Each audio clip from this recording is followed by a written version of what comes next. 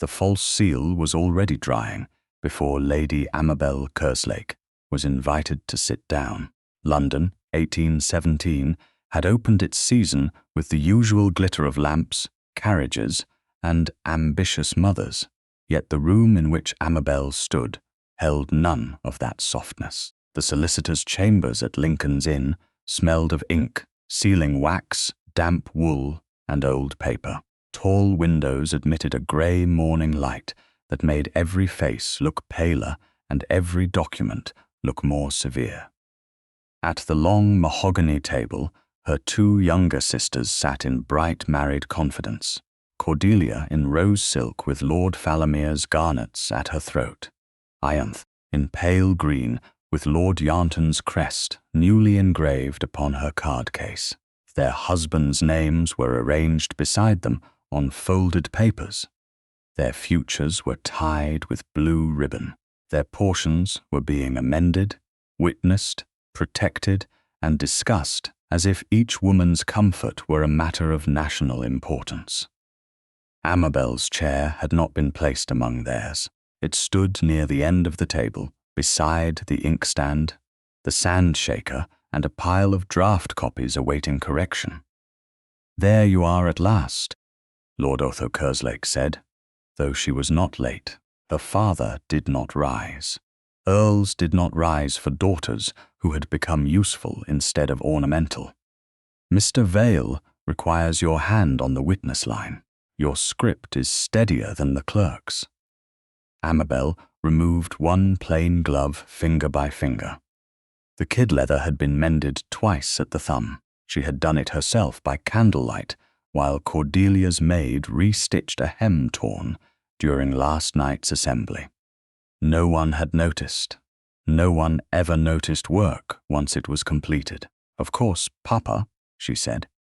Her voice was calm enough to pass for obedience. "Lady Amabel writes beautifully," Cordelia said, arranging her bracelet so the garnets caught the light. "It is one of her great accomplishments." "One must have accomplishments," Ianthe added, smiling over the rim of her teacup, "even when they are no longer the fashionable sort." A junior clerk bent his head, too, quickly over a ledger. Mr. Simeon Vale, the solicitor, cleared his throat and pretended to examine a blotter. He was a narrow man with careful cuffs and eyes that never rested where his words did. Lady Isoria Vale, his widowed cousin, and a woman who had made mourning look like strategy, sat by the hearth as if the business were only a social call. Her black gown was trimmed with jet, her smile with pity. "Some women sign marriage papers," Lady Isoria murmured. "Some merely witness them." The words entered the room softly. They struck hard. Amabel lowered herself into the chair at the end of the table. She had learned, over 34 years, that dignity often meant not giving cruel people the satisfaction of seeing where they had cut. She placed her reticule in her lap, withdrew her small notebook, and looked at the papers before her. Marriage portions, revised settlements, an addendum regarding Lord Falamere's allowance, a confirmation of Ianthe's pin money. All proper words, all proper phrases, all arranged so neatly that an ignorant person might have mistaken order for honesty. Amabel was not ignorant. She had spent too many years copying letters, reading accounts aloud to her father when his eyes were tired, and checking the household books after servants had gone to bed. She knew the difference between a draft and an engrossed copy. She knew when a seal had been placed before the final witness line rather than after it. She knew that documents, like people, revealed themselves most clearly when they believed no one important was watching. Her gaze paused on a blue wafer seal half hidden beneath Mr. Vale's blotter. It bore a small forget-me-not impression. Her fingers tightened once upon her notebook, then stilled. Beneath her cuff, tied on a narrow ribbon against the inside of her wrist, rested her mother's silver seal ring.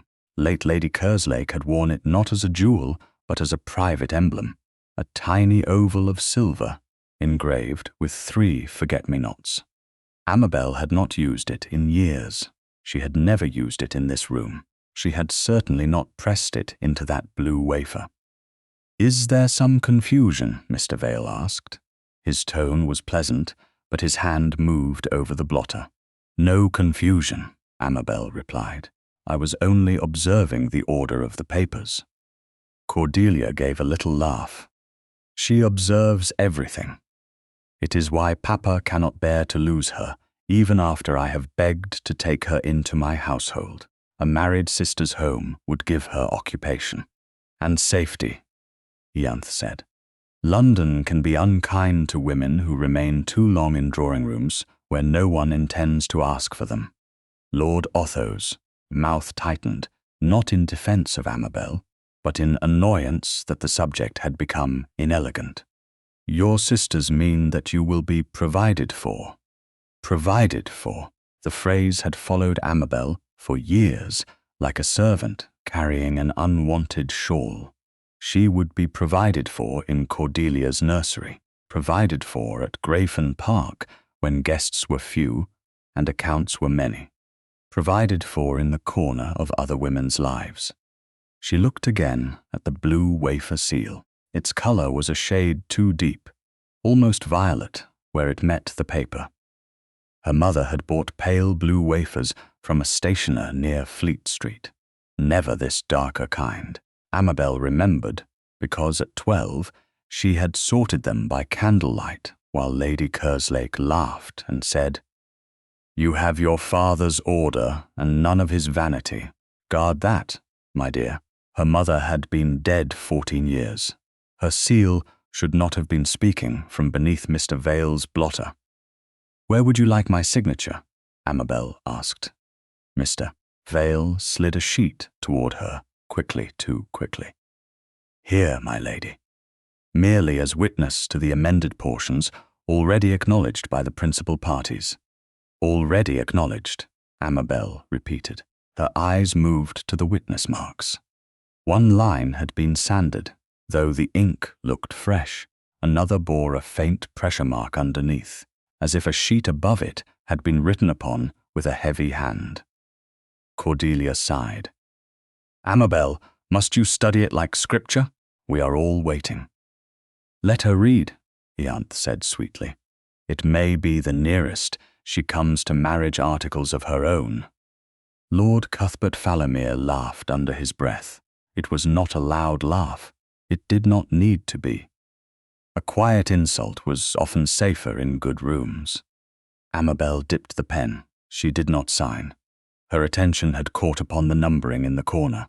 The top sheet was marked 4th in sequence. Yet Mr. Vale had asked her to witness it before the 3rd was visible. "Mr. Vale," she said, "may I see the preceding sheet?" A stillness passed through the solicitor's face. Only a breath. Only the smallest tightening beside the mouth. Lady Isoria noticed it. So did Amabel. "The preceding sheet contains no matter requiring your signature," Mr. Vale said. "Then it cannot object to being seen." Cordelia set down her teacup.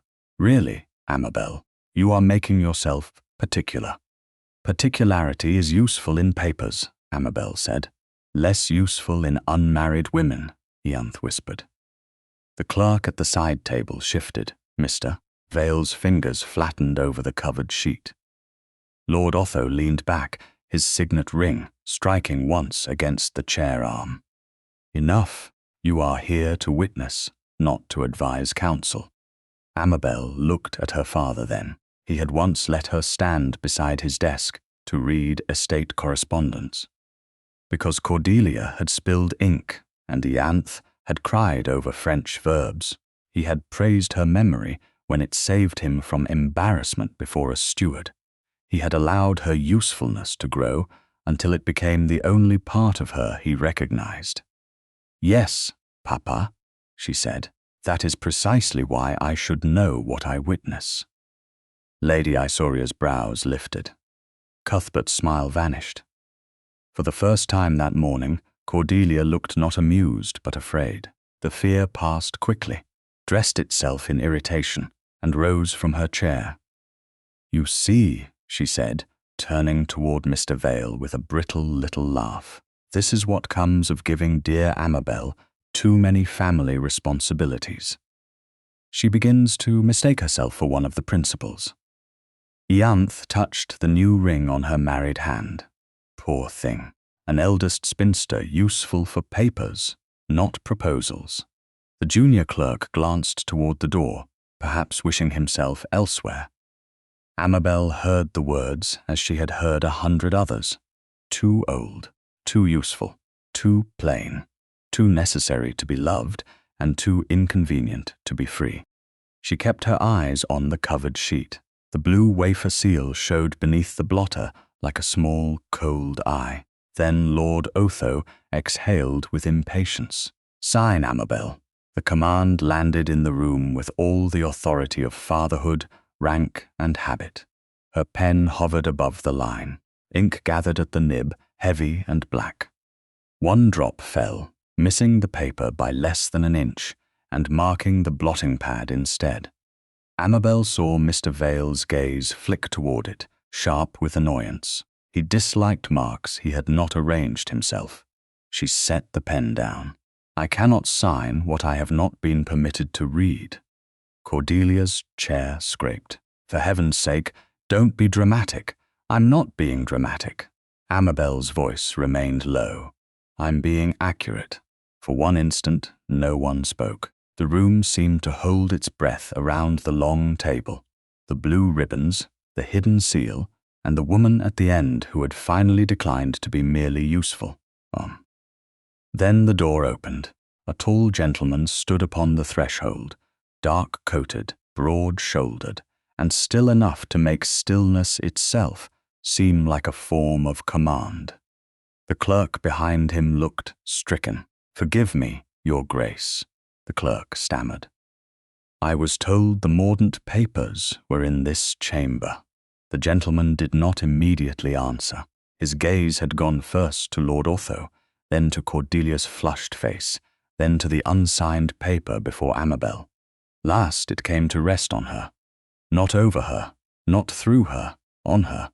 Lady Isauria rose with sudden grace. Lord Otho stood so quickly, his chair knocked the wainscot. Cordelia's mouth parted. Ianthe's hand flew to her pearls. Everyone in the room knew him, even before the clerk managed the introduction. His Grace, Phineas Mordaunt, Duke of Westmere, the most powerful duke in England, had entered the wrong room. At the exact moment, Lady Amabel Kerslake refused to sign. Cordelia recovered first, because beauty had trained her to recover before truth could settle. She gave a light laugh, too high and too bright. "Your Grace, you must forgive us. A tiresome family matter. Our eldest sister has taken a fancy to legal caution. No duke in England would trouble himself over such spinster nerves." The Duke of Westmere looked at Amabel's bare hand resting beside the untouched pen. Then he looked at the corner of blue wafer visible beneath Mr. Vale's blotter. His expression did not change, yet something in the room did. The air sharpened. Amabel felt it before anyone named it. Attention, when honestly given, had weight. For the first time that morning, the weight was not pressing her down. For several heartbeats after the Duke of Westmere entered the chamber, no one seemed willing to breathe first. The junior clerk remained halfway between a bow and an apology. Mr. Simeon Vale's hand rested too flat upon the blotter.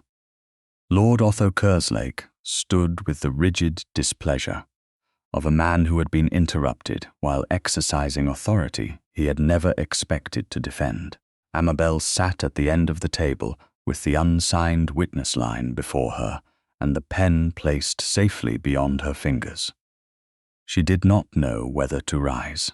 A lady ought to stand when introduced to a duke, unless seated at legal business, unless a father commanded otherwise, unless the whole room had already reduced her to something less than a lady. etiquette had answers for almost everything. It had very few for being insulted in front of a stranger who possessed more rank than everyone else in the room combined. Phineas Mordaunt removed his gloves slowly. "I have clearly interrupted more than a filing error," he said. His voice was calm, not loud, but it altered the air more effectively than shouting could have done. Mr. Vale recovered with a professional bow. "Your Grace, I most humbly apologize. The Mordaunt ward papers were prepared in the adjoining chamber. A clerk must have misdirected you." "So I was told." The Duke's gaze did not leave the table. "Yet I heard my name used as evidence in a family argument. That gives a man a certain interest in whether he has been quoted accurately." Cordelia's laugh fluttered again, weaker this time. "Oh, Your Grace, you mustn't take us literally. Sisters speak foolishly when legal business becomes tedious." "Do they?" he asked. "Often," Iantha said, recovering her smile, "especially when dear Amabel turns a signature into a sermon." Amabel felt the familiar pull to soften the room. She had done it since girlhood. If Cordelia pouted, Amabel found a ribbon. If Ianthe offended a guest, Amabel redirected conversation. If Lord Otho grew embarrassed, Amabel made herself smaller so his dignity might remain large. Her lips parted with the old instinct. Then she saw the Duke looking at her, not impatiently, not as though waiting for her to mend the moment, but as if the choice to speak or remain silent belonged to her. She closed her mouth. Lord Otho cleared his throat. "Your Grace, permit me to present my daughters. Lady Cordelia Falomere, wife to Lord Cuthbert Falomere. Lady Ianthe Yarnton, wife to Lord Yarnton. Their settlements are the cause of this morning's small inconvenience." Both sisters inclined their heads with practiced grace. The Duke returned the courtesy with a bow precise enough to be faultless and cool enough to give nothing away. Lord Otho moved on too quickly. "Mr. Simeon Vale attends to the papers. Lady Isauria Vale is kind enough to lend her presence. My son-in-law, Lord Falomere, you know by reputation, I believe." Cuthbert gave a polished smile. "Your Grace." "By reputation," the Duke said. Nothing in the phrase made it complimentary. Then he looked toward the end of the table. Lord Otho had already turned, expecting the moment to pass. It did not. The Duke waited. The silence sharpened. At last he said, "And the lady whose hand has signed every paper you trust." Amabel felt the question move through the room like a candle carried into a locked cupboard. Cordelia looked down at her bracelet. Ianthe pressed her lips together. Lord Otho's expression darkened, but rank required courtesy. "My eldest daughter, Lady Amabel Kerslake." The Duke bowed to her, not deeply, not theatrically, but with a seriousness that made the small movement feel almost private. "Lady Amabel." She rose enough to curtsy, careful not to disturb the paper before her. "Your Grace, you were about to witness a document. I was asked to witness it." "A distinction," he said. "Yes." The word left her before caution could catch it. "Mr." Vale reached for the top sheet. "A harmless distinction in this case, Your Grace. Lady Amabel is conscientious. The family relies upon her exactness, perhaps too much for her peace." "I had not observed peace in the room," the Duke said. "Only pressure." Cordelia's cheeks colored. "That is a severe word. It is often the correct one." His gaze lowered then, not to Amabel's face, but to the paper, the sand, the pen, the faint ink drop on the blotting pad where her hand had refused the line. He saw too much. She knew it with a strange, unsteady certainty. Most people looked at a woman like her and saw absence. No husband, no household of her own, no children, no present beauty sharpened by youth. The Duke looked at what remained after society had done its subtraction. and he appeared to find a person still there. Lady Isauria moved from the hearth. "Your Grace, surely you have more pressing matters than a spinster's nervous scruples over her sister's happiness." Amabel had heard the word spinster in a dozen voices, pitying, amused, practical, cruel. From Lady Isauria's lips, it sounded like a verdict pronounced over lace. The Duke turned his head. "Madam, if the scruple concerns a signature, it is not nervous, it is legal." Mr. Vale's fingers shifted again over the blotter. Amabel's eyes followed the motion before she could stop herself. The corner of the blue wafer seal remained visible beneath his hand, that strange dark blue with its smooth little forget-me-not. The Duke's attention moved in the same direction. Not openly, not enough for the others to accuse him of staring. But Amabel saw the pause. She saw him see it. Something passed between them then, no more than a shared awareness, a seal out of place, a paper hidden too carefully, a woman told not to read what bore her name. It was not trust, not yet. It was recognition. That was more dangerous. Cuthbert leaned back, one boot crossing the other beneath the table. "I fear we are making a grand mystery out of clerical routine. Lady Amabel is valued, of course, but she has no portion under discussion here. My wife and Lady Yarnton are the interested parties." "Then Lady Amabel's signature should be even simpler to explain," the Duke replied. Cuthbert's smile held. "You speak as though you practice law, Your Grace." "No. I practice caution with men who dislike questions." The clerk made a small sound and covered it with a cough. Mr. Vale's face tightened. Lord Otho stepped in, his pride finally overcoming his calculation. "My daughter's position is not in question. She assists where she is useful. Families depend upon such arrangements." "Families often depend upon what they do not honor," the Duke said. Amabel looked down at her bare hand.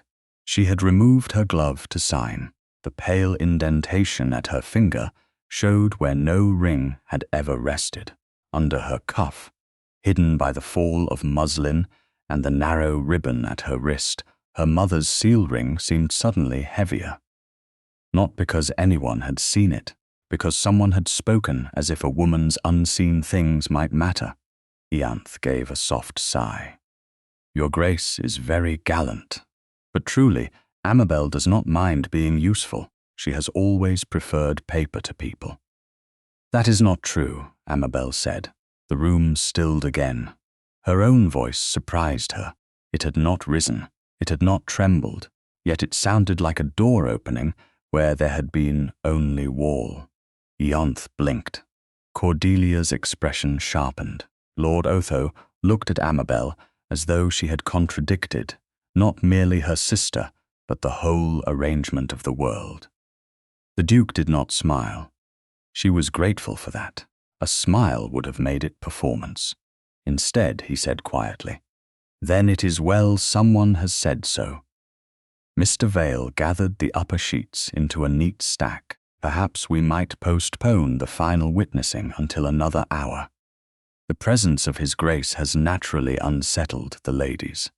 "I am not unsettled," Cordelia said at once. "Nor I," Ianthe added. "Lady Amabel?" the Duke asked. He did not say it as a challenge. He asked as if her answer would govern his next act. Amabel looked at the covered sheet, at Mr. Vale's protective hand, at her father's anger, at Cordelia's strained prettiness, at Ianthe's cold little smile. "I am not unsettled," she said. "I am unconvinced." A faint sound escaped Lady Isauria. Cuthbert stood. "This has gone far enough, has it?" the Duke asked.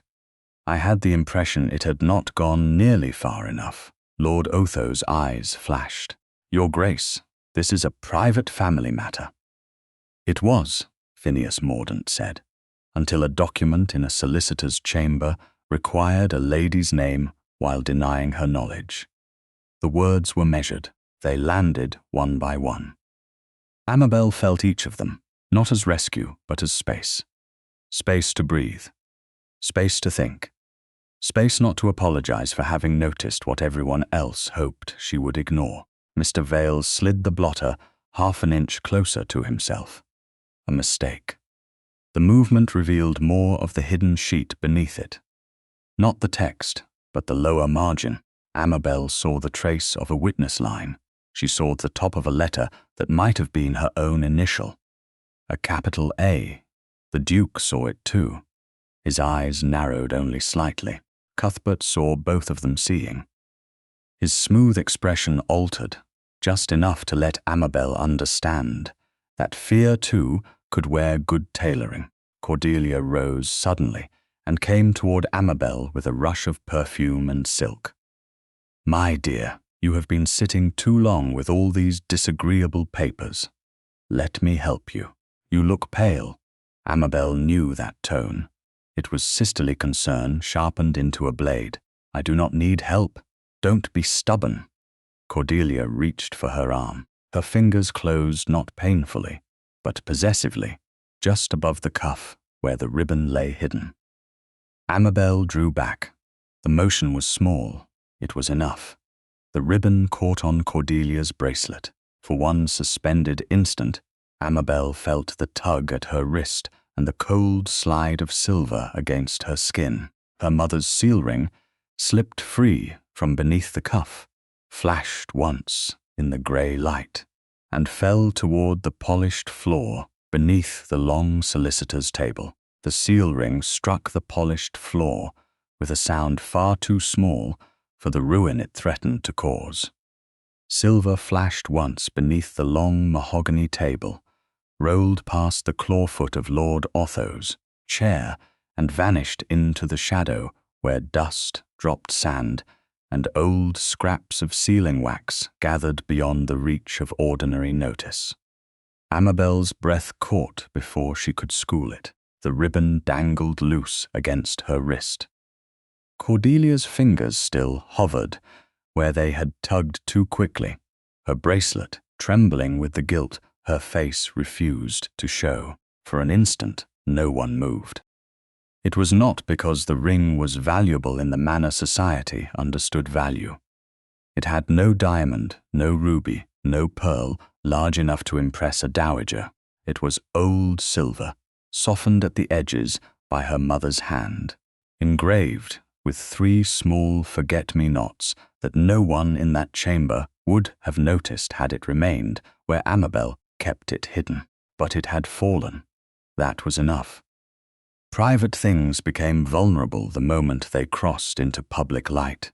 "Oh, Amabel," Cordelia said, pressing a hand to her breast with a performance of distress so delicate it might have fooled someone who had not spent a lifetime watching her rehearse innocence. "You do keep the strangest little tokens." The junior clerk, who had already betrayed himself with one nervous glance too many, looked down and then quickly away. Another clerk near the shelves gave a small, involuntary laugh. It was scarcely a laugh at all, more breath than sound, but it entered the silence like a stain. Ianthe tilted her head. "Is that the old seal Mamma used for household notes? Poor Amabel. She keeps relics because she never had jewels." Lord Otho's face hardened with embarrassment, not sympathy. "Leave it. A clerk will retrieve it when the business is finished." The business. Amabel heard the phrase and felt its meaning settle over her like a worn shawl. Her mother's ring, the only thing she had kept from a woman who once told her that a name must be guarded even when no one else valued it, was now an inconvenience beneath a table. Her instinct was to bend at once, to gather the ring before another careless shoe struck it, but she was hemmed in by chair, paper, and attention. A lady did not crawl beneath a solicitor's table. A spinster, society might have said, ought to be grateful for the floor if she was allowed to serve there. She pushed her chair back an inch. "I will take it myself." "You will remain seated," Lord Otho said, low enough that the command was meant for family, but sharp enough that everyone heard. Do not make a spectacle of yourself. That was when the Duke of Westmere moved. He did not do it quickly. Speed would have made the act seem impulsive. He crossed the space with the controlled ease of a man who understood the precise weight of every eye upon him, and did not care enough to be governed by it. Cordelia stepped back. Ianthe's lips parted. Mr. Simeon Vale's hand tightened around the blotter. Phineas Mordaunt stopped beside the table, removed his right glove, and looked once at Lord Otho. "A spectacle," he said, "is what people make when they laugh at what they do not understand." And then, before the Earl of Kerslake could answer, before any clerk could dart forward to spare the aristocracy the shock of humility, the Duke lowered himself to one knee. The room changed. It did not merely quiet. It emptied of every small, careless sound that had made cruelty seem ordinary. The scrape of Mr. Vale's cuff ceased. Cordelia's breath stopped halfway in. Ian stared as if the laws of rank had slipped their hinges. A duke did not kneel in a solicitor's chamber, not before an earl, not before clerks, not for a woman no one had asked to dance for years. Yet there he was, one knee to the polished floor, reaching beneath the long table with the same gravity another man might have reserved for a fallen coronet. Amabel could not look away. Shame should have burned through her. Instead, something stranger moved beneath it. Not triumph, not gratitude, a trembling recognition that an act could be public without being theatrical, protective without being possessive, intimate without trespass. His fingers closed around the ring. When he drew it into the light, a fine line of dust clung to the silver. He took out a clean handkerchief and wiped it carefully, not polishing away its age, only removing what did not belong. "Your Grace," Lord Otho said, stiff with outrage disguised as courtesy, "there is no need." "There seldom is," the Duke replied. "That is what gives courtesy its meaning." The words struck neatly. No raised voice, no flourish. Lord Otho flushed. Phineas rose. He turned not to the father, not to the married sisters, not to the solicitor whose blotter hid more than ink. He turned to Amabel. She had stood without knowing when she had done so. Her right hand was bare. Her left still held the limp ribbon. He approached slowly enough that she could have stepped back. She did not. He held the ring upon his open palm. The silver looked smaller there, almost fragile against the strength of his hand. "Lady Amabel," he said, "I believe this is yours." The use of her name, so simple and exact, steadied her more than any compliment could have done. "It was my mother's," she said. "Then it has twice the claim to respect." Cordelia made a faint sound. "It is only an old seal, Your Grace. Dear Amabel is sentimental about such things."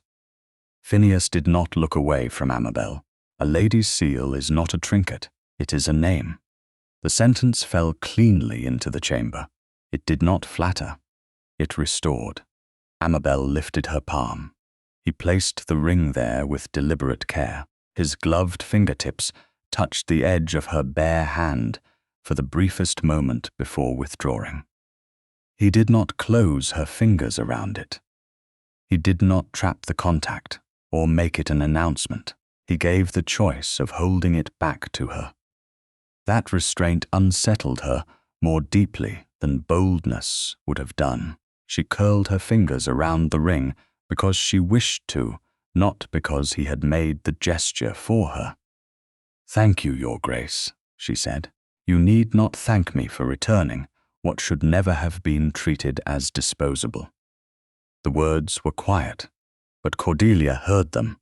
So did Ianthe, so did Cuthbert, whose eyes had narrowed upon the ring with an attention that made Amabel's skin prickle. Mr. Vale had gone very still behind the table. The Duke's gaze lowered for an instant to the silver before Amabel's fingers fully closed. She saw him notice the intaglio.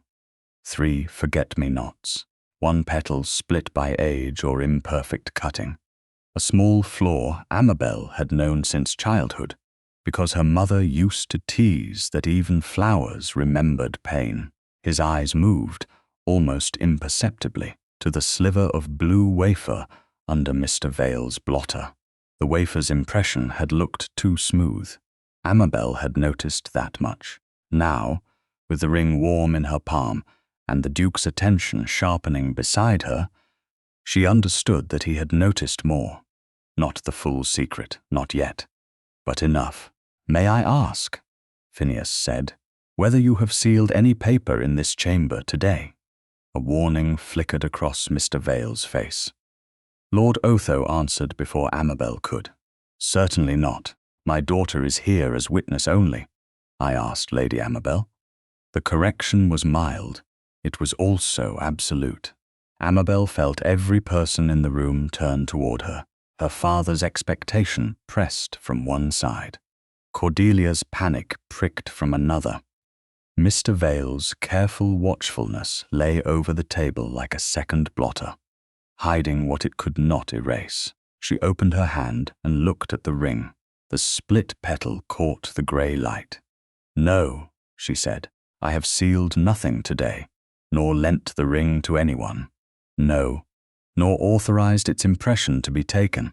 Cordelia's laugh returned, brittle as thin sugar.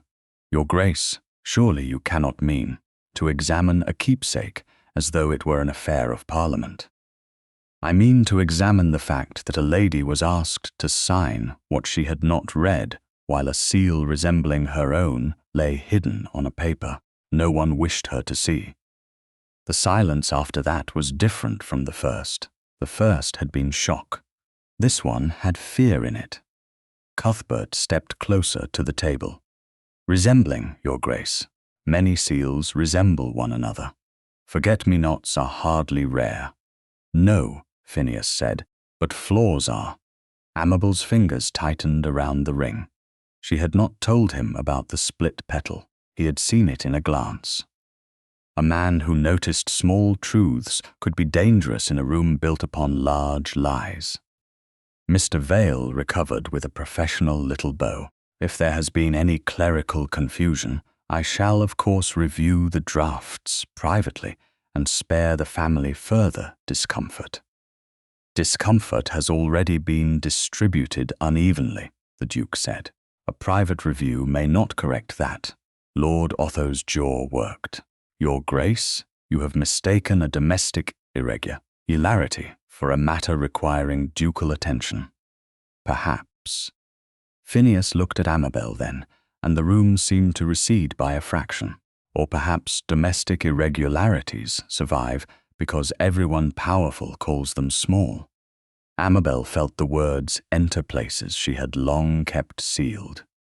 Not because he was rescuing her, because he was naming the size of what others had made small. For years she had been told that her injuries were arrangements. Her disappointments were inevitabilities, and her silence was good breeding. Now a man who could have dismissed the room with a glance stood before clerks and relatives and called her name a thing worthy of defense. Lady Isauria moved at last, her mourning skirts whispering, "Your Grace is generous, yet generosity toward an unmarried lady can be misread." "Then society should learn to read better," he said. Eonth looked down. Cordelia's lips pressed white. Amabel might have smiled if the moment had not been so grave. Instead, she slid the ring back onto its ribbon with fingers that trembled only once. The Duke saw the tremor. He did not mention it. That, too, was a kindness. Mr. Vale began gathering the papers. "We shall adjourn." "You shall leave the papers where they are," Phineas said. The solicitor froze. "Your Grace, if the papers concern only ordinary amendments, their order can withstand a moment's light." Cuthbert's expression hardened. "And if the family object?" facts. The Duke turned to him. Then the family may object plainly before witnesses. The junior clerk swallowed. Lord Otho looked as if years of unchallenged command had suddenly met a locked door. Amabel stood very still, the seal ring resting against her palm, the ribbon looped around her finger. For the first time since entering the chamber, she was not the object of pity or irritation. She was the center of a question powerful people did not want asked. Phineas inclined his head slightly toward her, his voice lowered, not enough to exclude the room, but enough to make the question hers before it became theirs. Lady Amabel, may I ask one thing more? She met his eyes, grey, steady, unreadable, except for the anger he held on her behalf with remarkable discipline. You may. His gaze flicked once to the covered sheet, then back to her. When your father summoned you here this morning, did you know your mother's seal would appear anywhere among these papers? Amabel heard Cordelia inhale. She heard Mr. Vale's thumb press against paper. She heard her father begin to say her name in warning. She did not look at any of them. She looked at the man who had knelt for her mother's ring and had not once asked her to be grateful instead of truthful. No, she said, I did not. The Duke's expression remained controlled, but something in his eyes sharpened into decision. Then, he said, turning toward the long table where the hidden blue wafer waited beneath Mr. Vale's blotter, we should discover who did. The word discover seemed to make the hidden paper heavier. Mr. Simeon Vale's hand remained upon the blotter, but his fingers had lost their professional ease. Lord Otho stood near his chair, anger held in the rigid line of his shoulders. Cordelia had retreated half a step from Amabel, leaving behind the faint scent of rosewater and guilt. Ianthe watched everything with the stillness of a woman already measuring which version of the story would best protect herself. Amabel held her mother's seal ring against her palm until the silver edge pressed a small crescent into her skin. She had answered no. Such a little word, such a dangerous one. For years, no had been the syllable she swallowed. No, I do not wish to serve as companion in my sister's nursery. No, I do not wish to mend another gown while my own cuffs fray.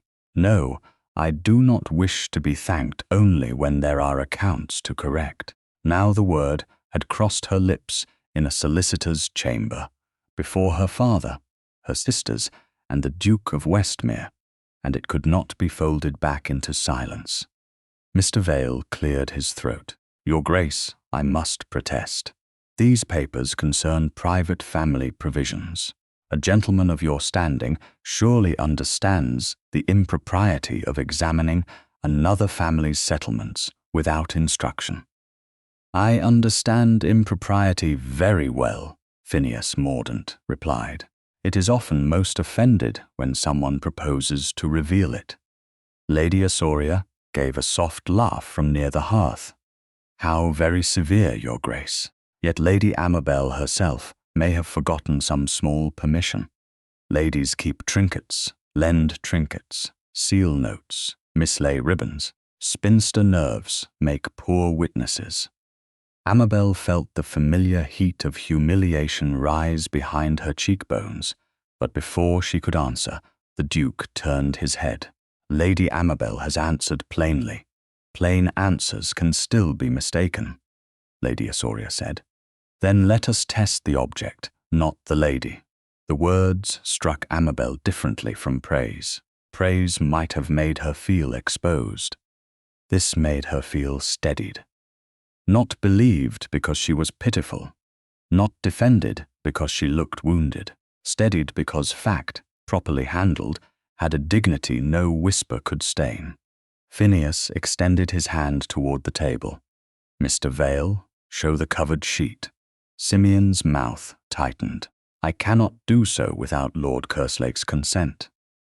You may have mine to leave the chamber and return with the mordant papers I came for," the Duke said, "or you may remain and explain why." A covered sheet bearing a seal resembling Lady Amabel's mother's ring was placed among documents requiring her witness.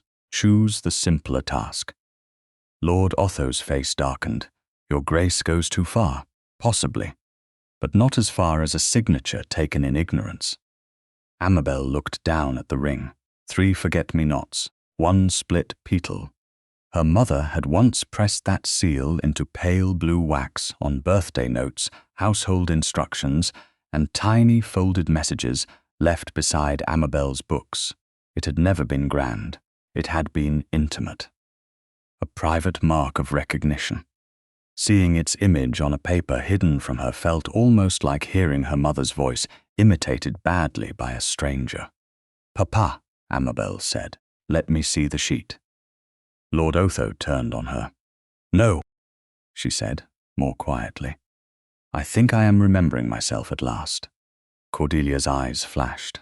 "Do you intend to embarrass us before His Grace because you were asked to perform a simple family duty? I intend to know what has been placed beneath my mother's seal." Cuthbert Falomir moved then, not toward Amabel, but toward Mr. Vale. His polished calm had begun to crack along the edges. "This is absurd, Simeon. Gather the drafts. We shall return when everyone is less overwrought." Phineas's gaze moved to the junior clerk near the shelves. No document leaves the table. The young man froze, halfway through a step he had not meant anyone to notice. He looked first to Mr. Vale, then to the Duke. Rank settled the matter. He remained still. Mr. Vale drew himself up. "Your Grace, you have no formal authority in this chamber." "Not over your profession," Phineas said. "Over my own conduct, entirely. And I decline to leave a room where a lady's name may have been used without her understanding." He looked then to Amabel, not as if asking permission to dominate the room, but as if acknowledging that the center of it was hers. "Lady Amabel, have you ever seen a blue wafer of this shade among your mother's papers?" She approached the table slowly. No one stopped her. Perhaps because the Duke had made the simple act of walking feel protected without touching her at all. She bent just enough to study the exposed corner. No, Mama favored a paler blue, almost grey in winter light. Lady Asoria sighed. "Memory grows sentimental with age. Mine grows exact," Amabel said. The answer escaped before she could dress it in gentleness. A flicker crossed the Duke's eyes. Not amusement, approval, restrained before it could embarrass her. It warmed her more than it should have. Mr. Vale's hand shifted again. The blotter slid a fraction, and the blue wafer loosened from the edge of the hidden paper. For one terrible second it clung to the polished table, then dropped to the floor near Amabel's skirt. She stooped by instinct. So did the Duke. Their hands reached the fallen wafer at the same moment. His bare fingers brushed the outside of her gloved hand. The touch lasted no longer than a breath, yet the chamber seemed to retreat around it. Amabel had been handed across rooms, positioned in receiving lines, brushed aside by sisters, steered by her father's command, and touched in all the practical ways. Families touched women they did not think needed asking. This was not that. The Duke stilled at once. He did not close his fingers over hers. He did not take the wafer from beneath her hand. He waited, as though even an accidental contact required her to decide whether it continued. Amabel's breath caught. She should have withdrawn. Instead, she lifted her hand by a careful inch, leaving the wafer between them. "Forgive me," he said quietly. In any other man, the apology might have sounded excessive. From him, it sounded exact. "There's nothing to forgive," she replied, and her voice was lower than she intended. He picked up the wafer by its edge and placed it on the table beside her mother's ring, which she had set down only moments before. Side by side, the difference became visible. The ring's forget-me not had a split in one petal, a tiny interruption in the silver line. The wafer's flower was smooth. Too smooth, perfect in a way the original had never been. Amabel felt cold move through her. That impression did not come from my ring, Mr. Vale answered too quickly. Seals wear. Wax distorts. Wax may distort, Phineas said. It does not repair a flaw in metal. The junior clerk looked ill. Lady Isoria's smile had thinned. Cordelia gripped the back of a chair. Ianthe stared at the wafer as though it might accuse her if she looked away. Cuthbert gave a short, impatient sound. So a wafer is smooth. Must a family mourning become an inquisition over a petal? Amabel looked at him. Until that moment, she had thought of Cuthbert as Cordelia's handsome inconvenience, a man of pleasant manners and expensive debts, whispered about, only when he was not in the room. Now she saw the blue wax dust near his cuff, faint but unmistakable against the white linen. She had not noticed it before, or perhaps she had not allowed herself to see it. Lord Falomere, she said, have you handled any blue sealing wax today? Cordelia gasped. Amabel. Cuthbert's eyes hardened. You forget whom you address. No, she said. I am addressing my sister's husband, who appears very anxious for me not to read a paper bearing my mother's seal. The words left her trembling inside, but she did not tremble visibly. She would remember that later. Phineas remained beside her, close enough that his presence steadied the space, far enough that the courage felt like her own. Mr. Vale reached abruptly for the hidden sheet. This has gone beyond propriety. The Duke's hand came down on the table, not striking it, merely resting there between the solicitor and the papers. Do not remove it. Simeon stopped. A bead of perspiration showed near his temple. Lord Otho's voice cut through the room. Amabel, you will apologize to Lord Falomere. For one instant, the old obedience rose like a ghost. Then Amabel saw the wafer again, smooth and false, beside her mother's flawed ring. Her mother's voice, remembered from another room and another life, returned with painful clarity. Guard your name, my dear. She lifted her chin. I will apologize when I am wrong. Silence. Cordelia looked as if Amabel had slapped her, though no hand had risen. Lady Isauria stepped forward with a whisper of black silk. Your Grace, you must see how overwrought she is. This is what happens when an unmarried lady is allowed to imagine conspiracy in ordinary family care. Phineas turned the wafer slightly with one fingertip. Family care does not usually require concealment under a blotter. Amabel studied the covered sheet. From where she stood, she could see only the lower edge, one partial line, and the trace of an initial that resembled her own. Not enough to know, enough to fear. Mr. Vale, she said, if the paper does not concern me, why is my hand visible upon it? Simeon's face lost color. The junior clerk made the smallest movement toward the shelves. Cuthbert saw it and said sharply, Stay where you are. The command revealed too much. The clerk stopped, but his eyes flicked toward the side cabinet, then down again. Phineas saw that as well. Amabel was beginning to understand that his silence was not emptiness. It was collection. He gathered details the way other men gathered compliments. The Duke inclined his head toward the cabinet. There are copies. Mr. Vale's jaw tightened. Drafts. Then drafts may clarify the matter. They are not arranged. Truth is rarely offended by disorder. Lord Otho had reached the end of his patience. This meeting is concluded. He moved toward Amabel as if to take her arm. Phineas did not block him. He did not need to. He merely looked at Lord Otho's hand, then at Amabel, asking without words whether she wished interference. The choice startled her. It gave her strength. She stepped back before her father could touch her. "I will not sign today." Her father stopped. Cordelia whispered. "You foolish creature." Iantha looked away. Cuthbert's expression went flat. Mr. Vale, perhaps sensing that the room was slipping beyond recovery, drew the hidden sheet toward himself with sudden speed. The Duke reached for it, but not quickly enough to prevent Simeon from folding it once beneath the blotter. In that movement, another blue wafer flaked loose and fell onto the table, leaving behind a circular mark where the paper had been pressed too hard. Amabel saw it. So did Phineas. The covered sheet disappeared into Mr. Vale's leather folder before anyone could read the text fully. "You will regret making enemies of your own family," Lord Otho said.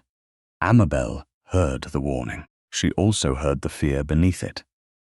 Phineas picked up the loose wafer and held it beside the first. Both were smooth. Both lacked the split petal. Both pretended to be her mother's mark.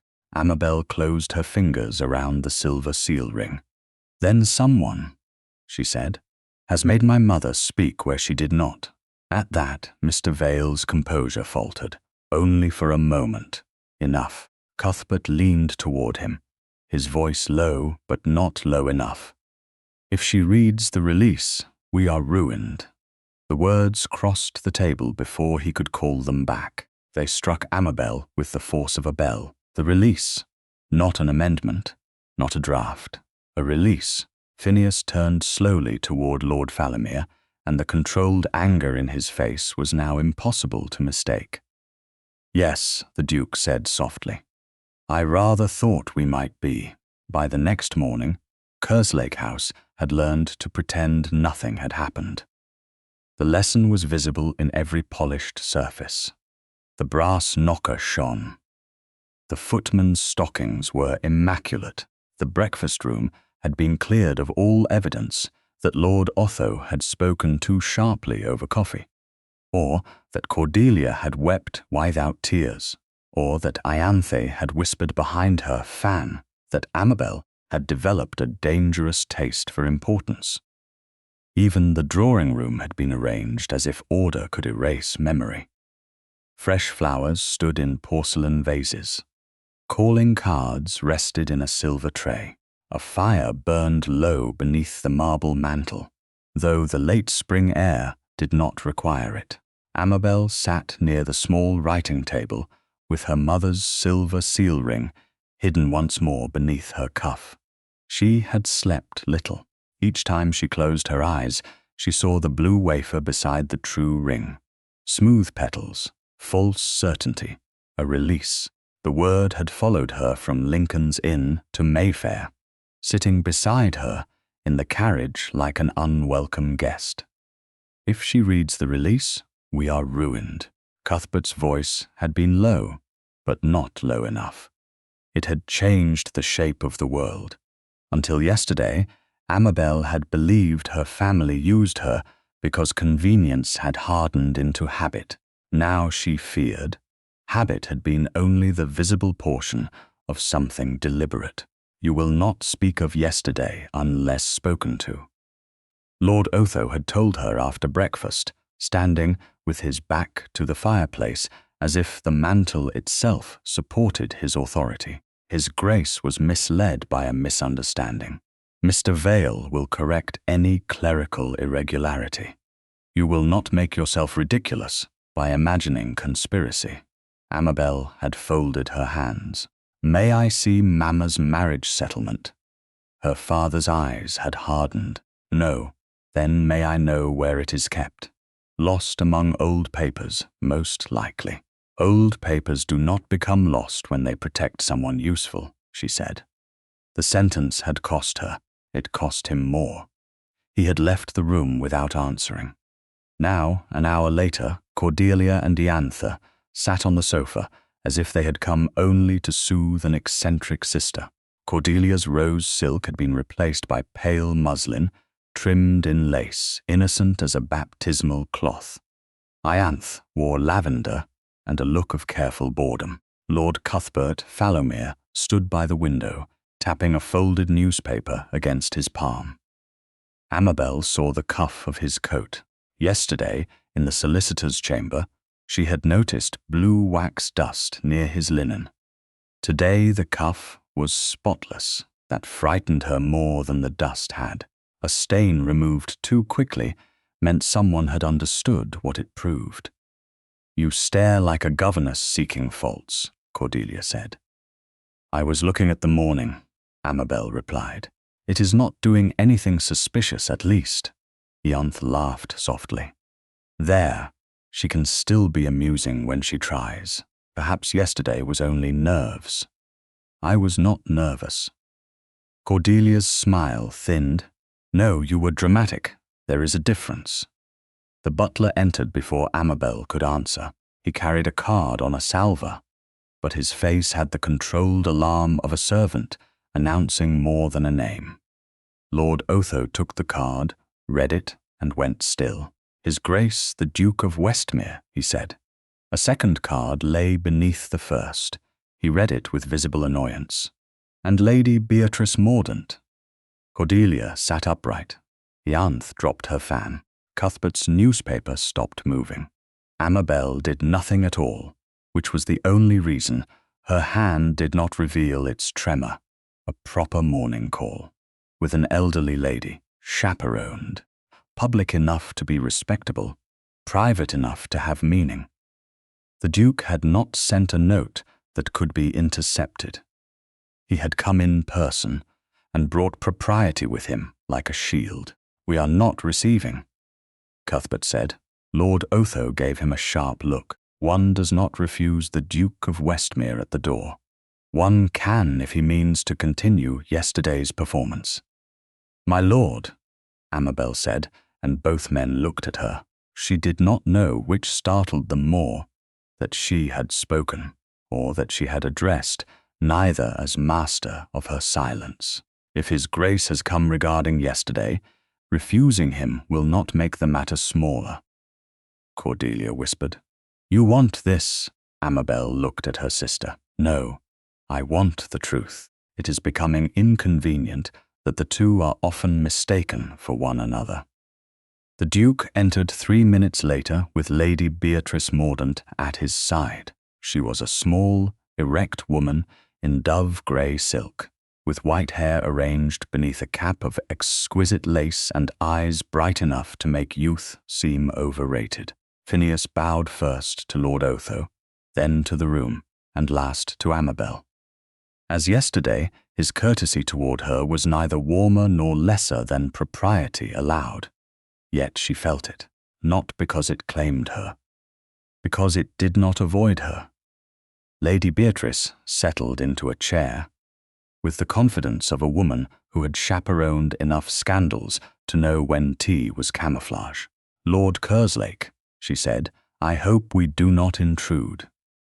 My nephew has discovered that a question of documents cannot be cured by pretending paper has no memory." Lord Otho's mouth tightened. "Your ladyship is welcome, of course. Though I confess I had hoped yesterday's confusion might remain at Lincoln's Inn." "Confusion travels poorly," she said. "Truth travels better." Phineas turned to Amabel. "Lady Amabel, I owe you an apology." Cordelia's brows rose. Amabel's breath caught. "Your Grace, yesterday I asked questions in a room where your family had already denied you the comfort of privacy. I do not regret the questions. I regret that you were required to answer them under pressure." He held out a flat parcel wrapped in brown paper and tied with dark ribbon. "This is not a gift of ornament. It is an instrument. You may refuse it." Lord Otho's eyes narrowed. Amabel accepted the parcel, because refusing it in that room would have been another performance for other people. The paper opened to reveal a plain leather document case, dark blue with strong corners and a neat fastening. It was not jeweled. It did not flatter. It had compartments for folded papers, a space for notes, and a narrow inner sleeve where a small object might be carried without loss. Her throat tightened unexpectedly. Pearls would have insulted her. Flowers might have embarrassed her. This understood her. Loose papers are easily stolen, Phineas said, and often mislaid by those who benefit from disorder. Amabel touched the leather once. It is very practical. I hoped so. You make practicality sound like an honor. In my experience, it often is. Cuthbert gave a short laugh. How touching. Shall we all admire stationery now? Lady Beatrice looked at him. When stationery threatens a gentleman, I usually examine the gentleman. The silence was brief and satisfying. Amabel placed the document case on her lap, then looked at her father. Papa, I ask again, may I see Mamma's marriage settlement? Lord Otho's expression closed. No. Is it lost? I said it may be among old papers. Then I will help search. You will not. The words were too immediate, too final. Phineas did not interrupt. That mattered. He had power enough to command the room, yet he allowed her question to stand in her own voice. Amabel felt courage gather from that restraint. If it concerns only the past, she said, why must I not see it? Cordelia rose. Because you are turning grief into accusation. No, Amabel said. Someone turned Mamma's seal into a release. Cuthbert's newspaper crumpled slightly in his hand. She looked at him then, not quickly enough to accuse, but carefully enough to observe. His cuff was clean, but near the inner seam of his coat sleeve, caught where brushing had missed, lay the faintest trace of blue dust. Wax, ground fine, almost nothing, almost everything. His eyes followed hers. For the first time, he looked afraid of what she could notice. Lady Isauria was not present to soften it. Mr. Vale was not present to hide it. There was only the family room, the new document case, and the Duke, standing in propriety instead of in place of it. Lord Falomere, Amabel said, did Mr. Vale give you any papers to keep after we left Lincoln's Inn? Cordelia snapped. How dare you question my husband? Because he was the one who said we would be ruined if I read the release. The word hung between them. Release. Lord Otho's face went pale with anger. Enough, Phineas spoke at last. No, not enough. Lady Amabel has asked two reasonable questions. Where is Lady Kerslake's settlement, and why did Lord Falomere fear a release? You have no right to interrogate my household, Lord Otho said.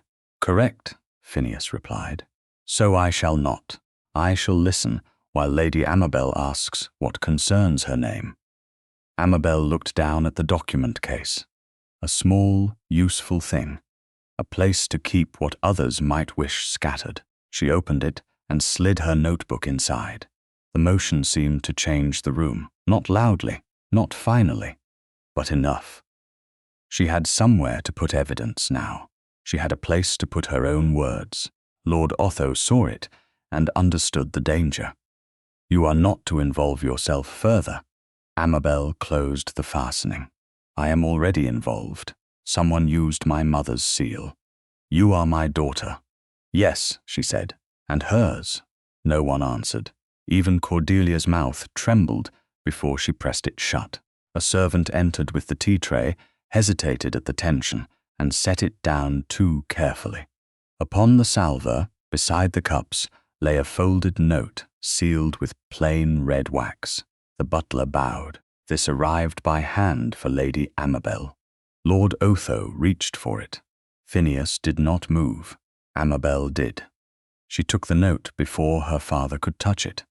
Her name was written across the front in Mr. Simeon Vale's precise hand. She broke the seal and read the single line inside.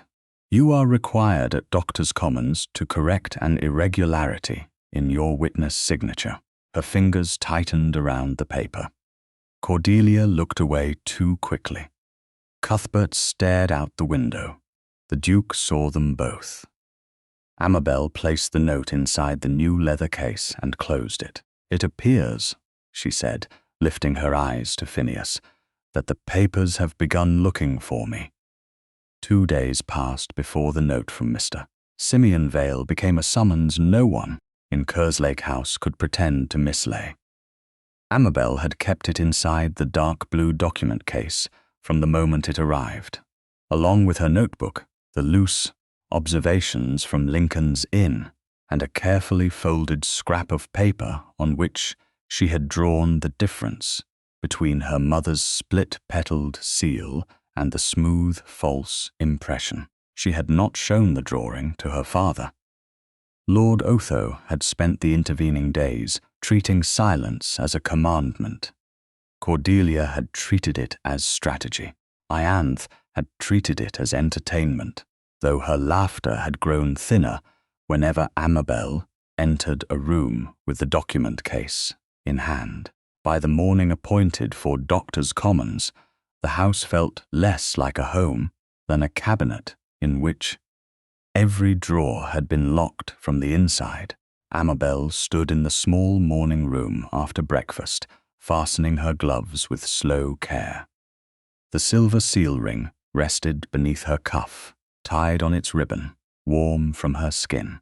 The leather case sat on the table before her. She had placed the red waxed note inside it again, after reading it for the 10th time. "You are required at Doctors' Commons to correct an irregularity in your witness signature." The phrasing did not ask, it assumed. That was how her family had always spoken to her when they needed something from her. "You will be sensible today," Lord Otho said from the hearth. He had chosen not to accompany her personally, which told Amabel more than an explanation would have done. "Mr. Vale has prepared a minor correction. You will sign it and end this embarrassment. I will read it first." Cordelia looked up from the sofa, where she had arranged herself in pale blue muslin, with the anxious grace of an injured innocent. "You keep saying that as if papers are traps laid for you." Amabel looked at her sister's hands. Cordelia's rings flashed in the morning light. Her fingers were soft, unmarked, and restless. A trap is only called a paper when a solicitor folds it neatly. Ianthe gave a little gasp that was almost admiration before she disguised it as offence. Lord Otho's face darkened. "You will not carry that tone to Doctors' Commons." Cuthbert Falomir stood by the window, his back to the room. Yet every line of him listened. His cuff was perfectly clean. No blue dust remained. "No one is asking you to surrender a kingdom, Lady Amabel," he said, "only to correct an irregularity caused by your own hesitation." "If it was caused by my hesitation," Amabel replied, "then I should understand it better than anyone." Cordelia rose. "Enough, you will ruin all of us with this self-importance." "Self-importance," Amabel said quietly, "would have been signing without reading, because I imagined my name could not matter." Cordelia crossed the room too quickly. "Don't twist words. You know what people will say if you make a scene at Doctors' Commons. They'll say you envied us. They'll say you couldn't bear watching your younger sisters married while you became what you are." "And what am I?" Cordelia's expression faltered, then hardened. "A woman who should be grateful we still have a place for her." The old wound opened, familiar and airless. Amabel picked up the leather case, then let gratitude sign nothing in my name. She turned toward the door. Cordelia caught her hand. "Not hard enough to bruise, not at first. You will listen." Amabel tried to draw back. "Let me go. Not until you understand that Cuthbert's affairs and my settlement are not toys for your pride." The word affairs was a mistake. Cuthbert turned from the window. "Lord Otho," said Cordelia's name in warning. Amabel's eyes moved from one face to another, and for a moment she saw the room as the Duke might have seen it. Not as a family quarrel, as evidence under pressure. "What affairs?" she asked. Cordelia's grip tightened. Her fingers pressed Amabel's gloved hand toward the table, where a stick of dark blue sealing wax lay beside a candle and a folded sheet Amabel had not noticed before. The wax had been warmed, not melted, but softened at the end, shining slightly in the light. "Sign the correction," Cordelia whispered. "Don't make us force every truth into daylight." Amabel pulled back. The softened wax brushed the exposed edge of her glove, where the kid leather had parted near her fingertip. Heat stung through the thin opening. She caught her breath and jerked free. The pain was small, sharp, and humiliating because it was small. A tiny burn. A lady could not cry out over such a thing. A family could deny it had happened at all. Cordelia stepped back, color draining from her face. "I didn't mean—" "No," Amabel said, pressing her hand against the document case. "You rarely mean the consequences, only the obedience." Lord Otho snatched the folded sheet from the table and thrust it toward Cuthbert. "This is over. Take her to the carriage." "I will take myself," Amabel said. Her fingertip throbbed inside the glove. She did not remove it. Not in that room. Not before people who would call the mark an accident and her pain a performance. Doctors' Commons received her an hour later with the grave indifference of old stone and older rules. The corridors smelled of damp paper, wool coats, and ink. Men moved through them carrying bundles tied with tape. Clerks spoke in low voices. A few ladies waited with chaperones near the license offices, their presence respectable but watched. Amabel arrived with Lady Beatrice Mordaunt at her side. For the Duke had sent his aunt's carriage. After hearing from a footman that Lord Otho did not intend to accompany his daughter, Lady Beatrice had asked no unnecessary questions. She had merely looked at Amabel's pale face and said, "My dear, bring your case." Now they stood in a side corridor near a window that admitted more fog than light. Phineas Mordaunt was already there. He did not approach at once. He bowed to Lady Beatrice, then to Amabel, and his eyes took in what others might have missed. The document case held too tightly. The right hand kept slightly away from the body. The glove fastened wrong at one finger. "Lady Amabel," he said, "are you hurt?"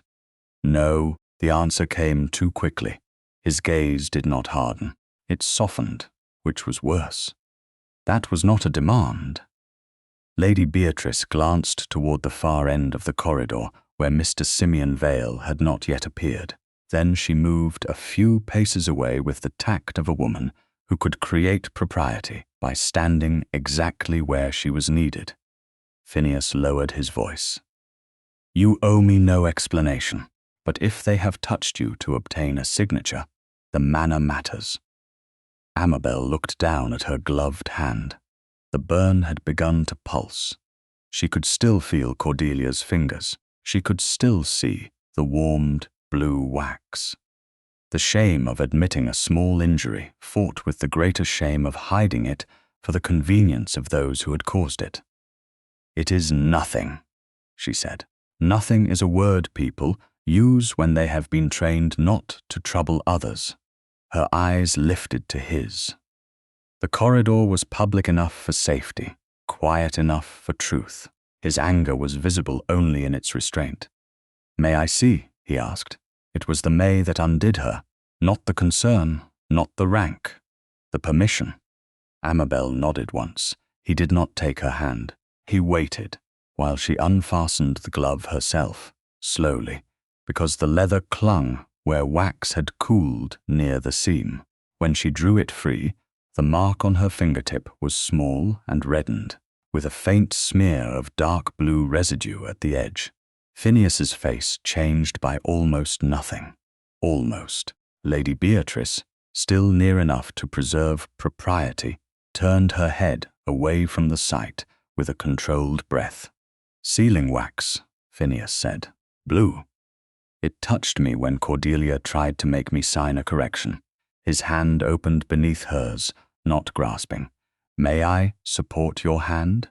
Only to see whether the wax remains. Amabel placed her fingers lightly across his palm. The contact was careful, formal, and yet more intimate than any compliment she had ever received. His hand was warm, steady. He bent his head and examined the mark without stroking, without lingering, without making her injury a claim upon him. "No paper is worth this," he said. The sentence was quiet, but something in it shook. "To them," Amabel replied, "I am the paper." His eyes lifted to hers. For a moment, the corridor, with its clerks and drafts and murmured legal business, seemed to recede. He did not say the easy thing. He did not say she was wrong, because both of them knew she was not. Instead, he said, "Then we shall make certain the paper speaks in your voice." Footsteps sounded along the corridor. Mr. Simeon Vale appeared with Cuthbert Falomir beside him, and a clerk following with a folded packet. Cuthbert's gaze dropped to Amabel's ungloved hand resting above the Duke's open palm. His expression tightened with anger before he arranged it into concern.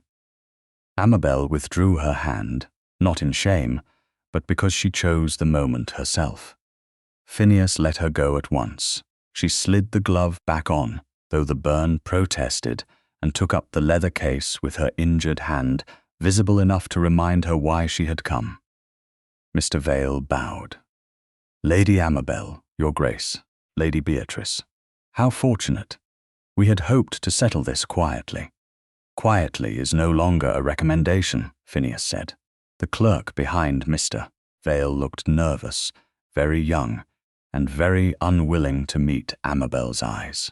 He unfolded the packet, and the top sheet bore a line where her name had been written in a hand too like her own. Before she could speak, a voice from the license room doorway called out, clear enough for every waiting person to hear. "Lady Amabel Kerslake is required regarding the irregular witness signature." Conversations stopped. Heads turned. Cordelia's earlier warning bloomed into public consequence. Cuthbert looked almost satisfied. Mr. Vale lowered his eyes. Amabel felt the corridor narrow around her. Then she opened the document case, placed the red-waxed summons inside, and closed the clasp with a clear, decisive click. "Then," she said, stepping toward the doorway before anyone could lead her like a culprit, "let us correct what is irregular." The license room doorway framed Amabel like an accusation. Before she had even crossed its threshold, conversations that had been murmuring over parchment, licenses, and family arrangements faded into the attentive hush reserved for scandal. Doctors' Commons had never been a ballroom. Yet society had taught itself to gather anywhere a woman's reputation might be made to bleed. Two matrons turned from their clerk. A gentleman with a bishop's license in his hand lowered it without realizing.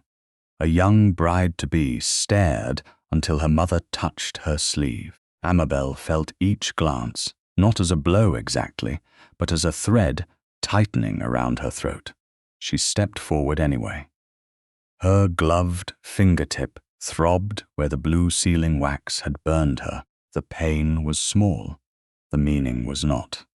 Lady Beatrice remained a pace behind her, dignified enough to make retreat unnecessary. The Duke of Westmere walked no closer than propriety allowed, but his presence held the space to Amabel's, right like a wall no gossip could easily cross. Mr. Simeon Vale entered after them with the folded packet in his hands. Lord Cuthbert Falomir followed, his expression composed in that costly masculine way that made deceit look like inconvenience. "This irregularity," Amabel said, before Mr. Vale could address the room, "concerns my witness signature." Mr. Vale bowed slightly. "It concerns a correction that should have been made privately, my lady. Since certain persons have chosen to enlarge the matter, I fear Clarity must now be provided. The phrase certain persons passed over Amabel like ash. She did not look at Phineas. She could feel his anger only because he was containing it so carefully. Then provide it, she said. Mr. Vale opened the packet. The document he withdrew had been folded twice and sealed once. The blue wafer flattened at the edge where someone had pressed too hard. Amabel recognized the smooth forget-me, not before the paper fully opened. Not her mother's true mark, not the split petal, a counterfeit with the arrogance of perfection. Mr. Vale lifted the page just enough for those nearest to see. This release deed bears Lady Amabel Kerslake's witness signature and confirms that no portion settled upon the late Lady Kerslake remains, separate from the amended marriage provisions of Lady Cordelia Fallowmere and Lady Ianthe Yarnton. The words took a moment to become meaning. No portion remains separate. Her mother's name erased, her own knowledge denied. Her sister's comfort protected by a document Amabel had never read. Cordelia appeared at the far side of the license room, as though grief had dressed her quickly and sent her there. Ianthe stood beside her, pale with excitement disguised as distress. Cordelia's eyes shone. "We wanted to spare you this, Amabel." "Did you?" Amabel asked. "From which part? The deed or the discovery?" A ripple moved through the listeners. Cuthbert's mouth tightened. Mr. Vale raised his voice slightly, careful to sound regretful rather than triumphant. "The difficulty is that Lady Amabel now questions a paper bearing her own hand. One must consider whether confusion, disappointment, or resentment has influenced her recollection." Lady Isoria Vale emerged from behind two older ladies in dark silk, as if she had been waiting for precisely that cue. "How sad," she murmured, just loudly enough. "A spinster's revenge is rarely born wicked.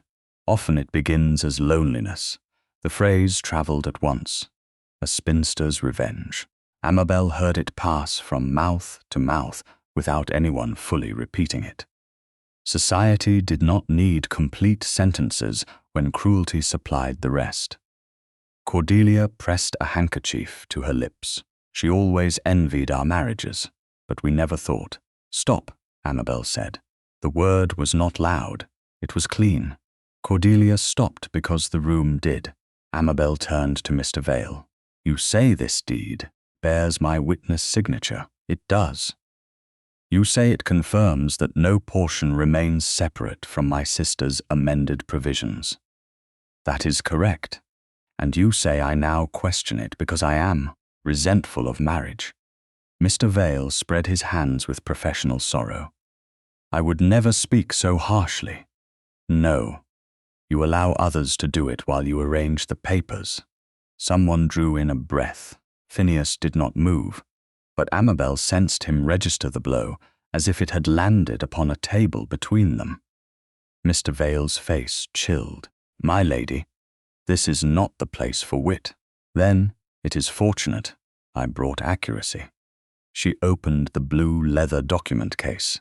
The sound of the clasp seemed sharper than it should have been. From inside, she withdrew her notebook and the small drawing she had made of the true seal. Her hand pained her as she unfolded it, but she did not hide the awkwardness. My mother's seal bore 3 forget-me-nots. 1 petal was split. Everyone who received her household notes knew the flaw, because she used to say even a flower could remember being pressed too hard. Cordelia flinched. Ianthe looked away. "This wafer," Amabel continued, pointing without touching the deed, "has no such flaw." Mr. Vale gave a thin smile. "Wax is imprecise. So I was told yesterday. Yet the false impression is not blurred. It is improved."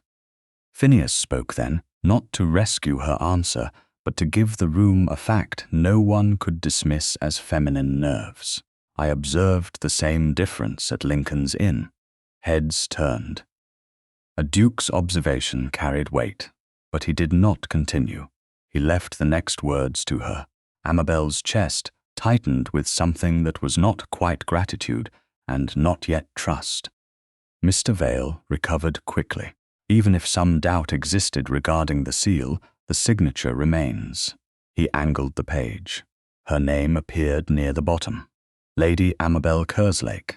The hand was close, too close. The capital A curled as hers did.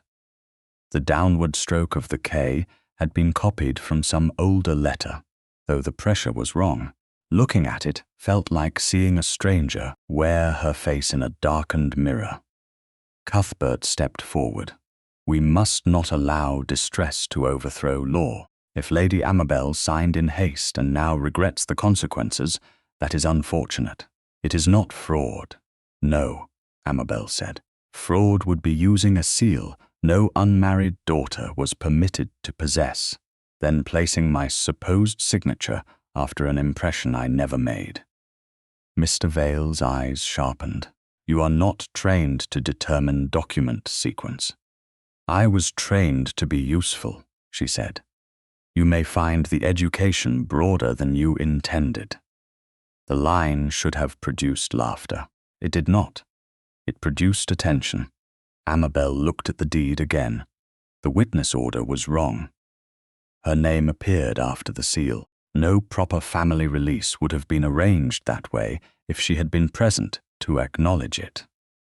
The order itself accused the paper. Her burn throbbed inside the glove. The blue wax residue had come from somewhere. If I wished to steal marriage portions, she said, turning so the room could hear her, why would I use a seal no unmarried daughter was permitted to possess? Silence fell so suddenly that even the clerks seemed carved from it. The question stood where pity had been. Cordelia's handkerchief lowered. Ianthe's eyes widened with unwilling comprehension. Lord Cuthbert's face lost its polish for a fraction of a second.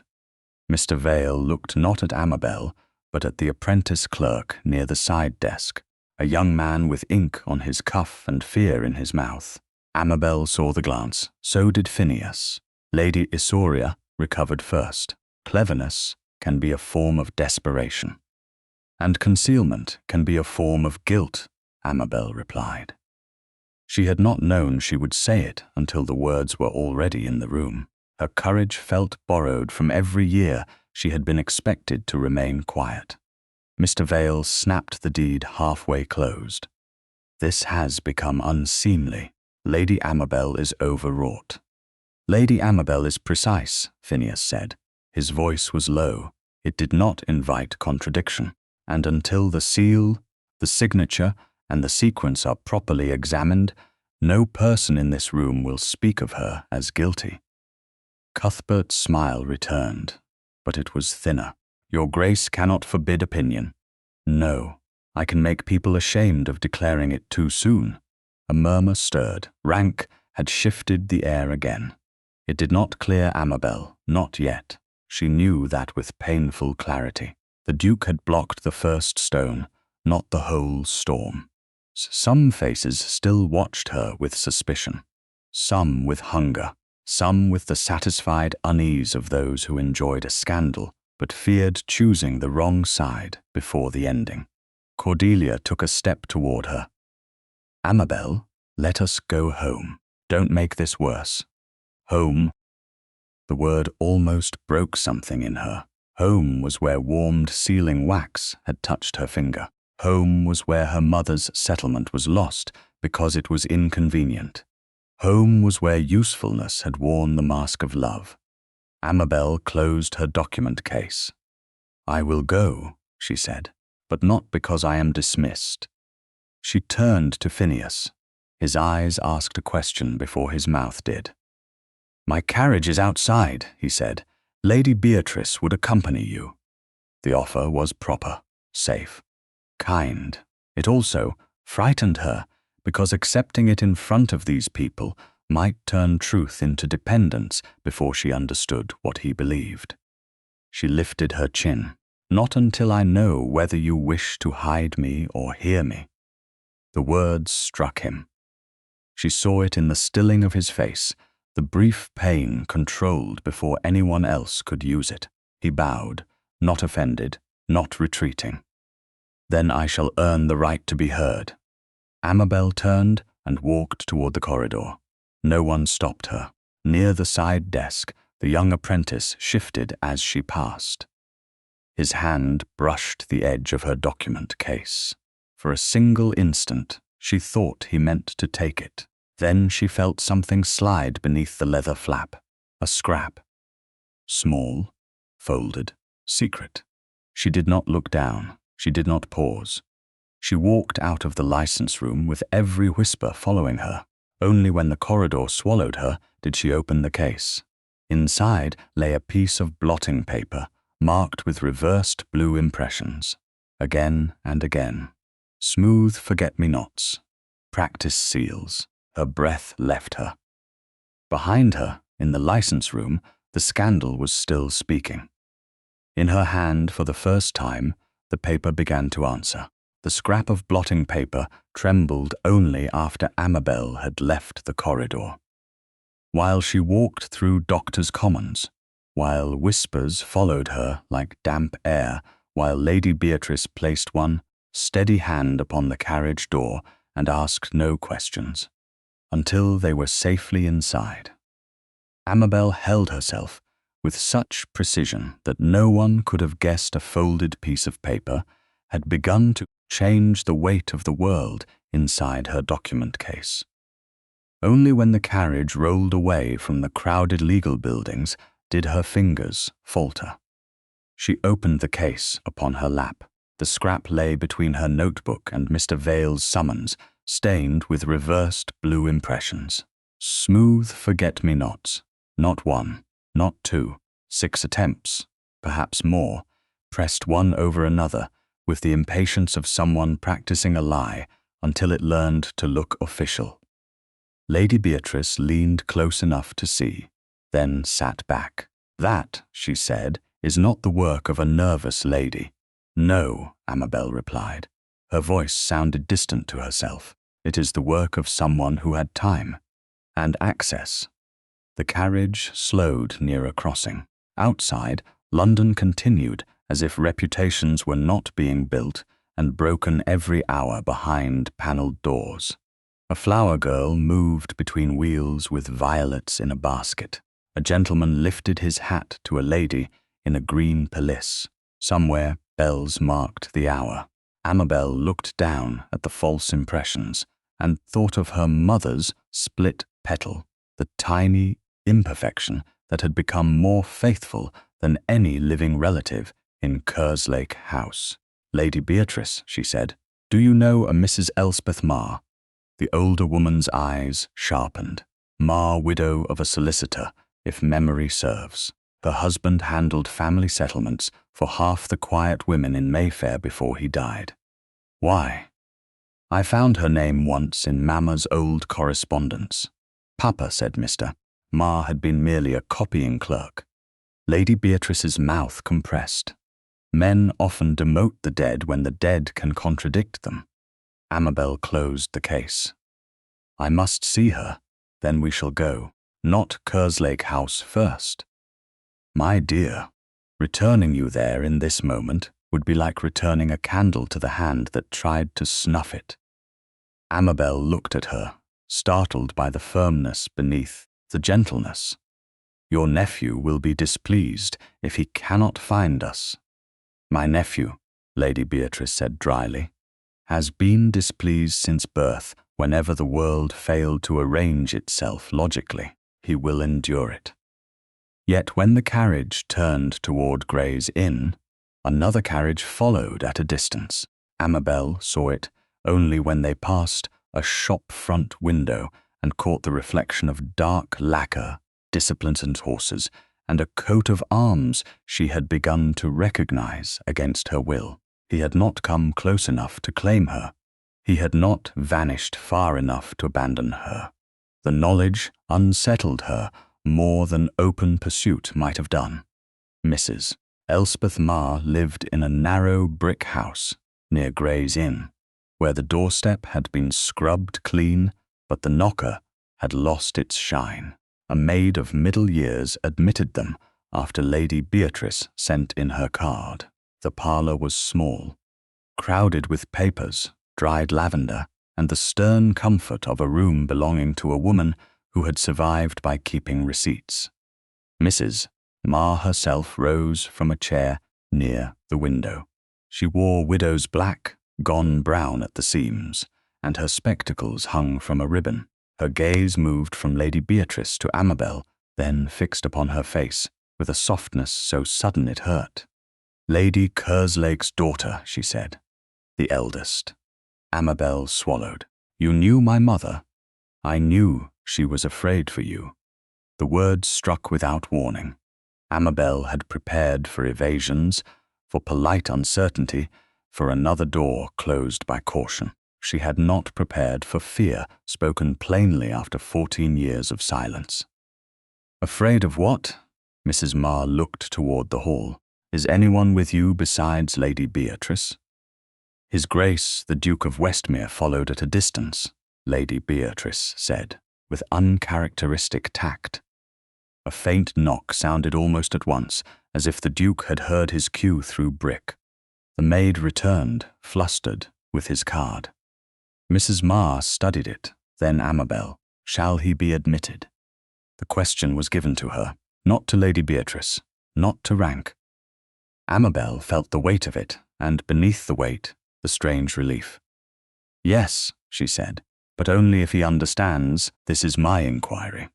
When Phineas entered, he bowed first to Mrs. Marr as hostess, then to Lady Beatrice, then to Amabel. "I understand," he said, as though he had heard the condition before crossing the threshold.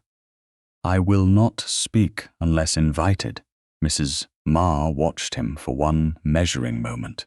Dukes usually promise less and command more. "I am attempting reform. See that it continues." Lady Beatrice made a sound suspiciously like approval. Mrs. Marr unlocked a small escritoire and withdrew a packet wrapped in faded grey silk. Amabel saw the care with which she handled it and knew before it opened that something of her mother remained inside. "Lady Kerslake came to my husband 6 months before her death," Mrs. Marr said. "She wished to secure a separate portion for you. Not large by ducal standards, Your Grace, but enough that a woman need not become unpaid furniture in another woman's home." Amabel went still. Unpaid furniture. The phrase was plain, almost crude. It was also exactly what she had been becoming. Mrs. Marr unfolded an abstract in a careful hand. "The portion was to remain apart from your sister's marriage provisions. Your father was not to control it after your 25th birthday. If you married, it was to be settled for your separate use. If you did not, it was to support your independent household." The room blurred. Amabel blinked once, hard, independent. The word felt foreign and intimate, like a name she had been given at birth and never taught to answer. "Mama did that?" "She did." Mrs. Marr's voice gentled. "She said you were the child who would be asked to understand everyone else's needs. She wanted one document in the world that understood yours."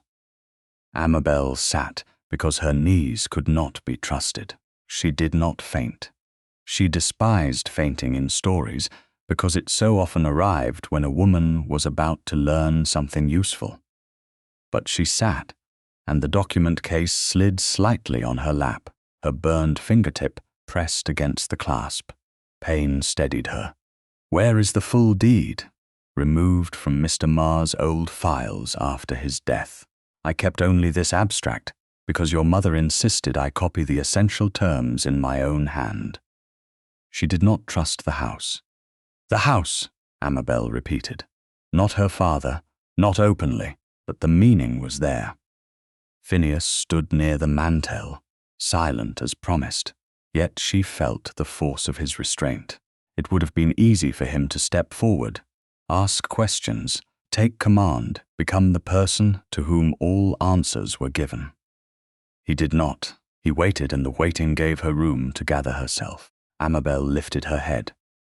Mrs. Marr, who witnessed the original, my husband, of course, a junior clerk named Mr. Fenner, and Lady Kerslake herself with her silver seal. Amabel opened her hand. The ring lay against her palm, the ribbon curled around it. This seal? Mrs. Marr leaned forward, her eyes filled. Yes, the little broken petal. She laughed about it. Said flaw was often the only way to know an honest thing from an imitation. A breath left Amabel, almost a laugh and almost grief. The forged wafer has no flaw. Mrs. Marr's expression changed. Forged. Amabel opened the case and took out the blotting paper scrap. Mrs. Marr looked at the repeated impressions and crossed herself under her breath, too softly to make a display of piety. Someone practiced. Who had access? Amabel asked. Mrs. Marr went back to the escritoire and searched a lower drawer. Her hands moved quickly now. There was a memorandum. I wrote the name because I never liked the man's eyes when he came asking after old files. She drew out a narrow slip. Mr. Fenner may know more. He retired near Gray's Inn after Mr. Marr died. He copied the closing sequence. He would remember whether the seal came before or after any witness hand. Amabel reached for the slip, but her burned finger flinched. Phineas moved. Only one step. Then he stopped himself. His hand rested open upon the table between them, palm upward, not touching her, not demanding notice. An offer, nothing more. The room held its breath around it. Amabel looked at that open hand and understood that accepting comfort did not require surrendering command. She placed her uninjured hand in his. His fingers closed only after hers settled. Warmth moved through her, steady and grave. He did not stroke her hand. He did not raise it. He simply held on while she read the name and direction written on Mrs. Marr's slip. Mr. Abel Fenner, former clerk. Rooms near Gray's Inn Lane. The letters wavered once. Phineas's hand remained still around hers, as if promising the world would not tilt unless she chose to move it. I was not left over, Amabel said. The sentence came out almost soundless. Mrs. Marr's eyes shone. Lady Beatrice looked toward the window. Phineas answered quietly, no. Amabel tightened her fingers around his hand, just once, because she needed to feel that the word had entered the world and would not be withdrawn. I was protected. Yes, he said. He did not add by me. He did not claim the protection as his own. That was why she did not let go. Outside, carriage wheels rattled over stone. Inside, Mrs. Marr folded the abstract and placed it in Amabel's document case beside the blotting scrap and the summons. Evidence had begun to gather around her name like witnesses returning from exile. Then the maid entered with a gossip sheet, pale and frightened. Beg pardon, ma'am. This was pushed under the door. Lady Beatrice took it first. Her face hardened. She handed it to Amabel. Across the top, in cruel black type, ran the line, "The spinster who stole her sister's marriage fortunes." Amabel read it once. Then she closed the document case over her mother's abstract, Mr. Fenner's direction, and the proof of practiced lies. Phineas's hand was still around hers. This time, when the room waited for her to break, she lifted her eyes instead.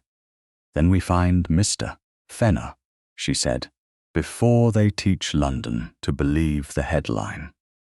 By the time Amabel returned to Kerslake House, London had already begun repeating what the gossip sheet had printed. It did not matter that the ink was cheap, that the paper had been pushed beneath a widow's door like something ashamed of daylight, or that no honest evidence supported a single line. Scandal never required proof before breakfast. It required only a woman placed low enough that others could afford to believe the worst of her. The footman who opened the door did not meet her eyes, that told her the sheet had arrived before she had. So did the silence in the hall. Kerslake House had always possessed a careful sort of quiet, the quiet of furniture polished for guests and daughters, trained not to disturb their father's temper. But this was different. It was waiting.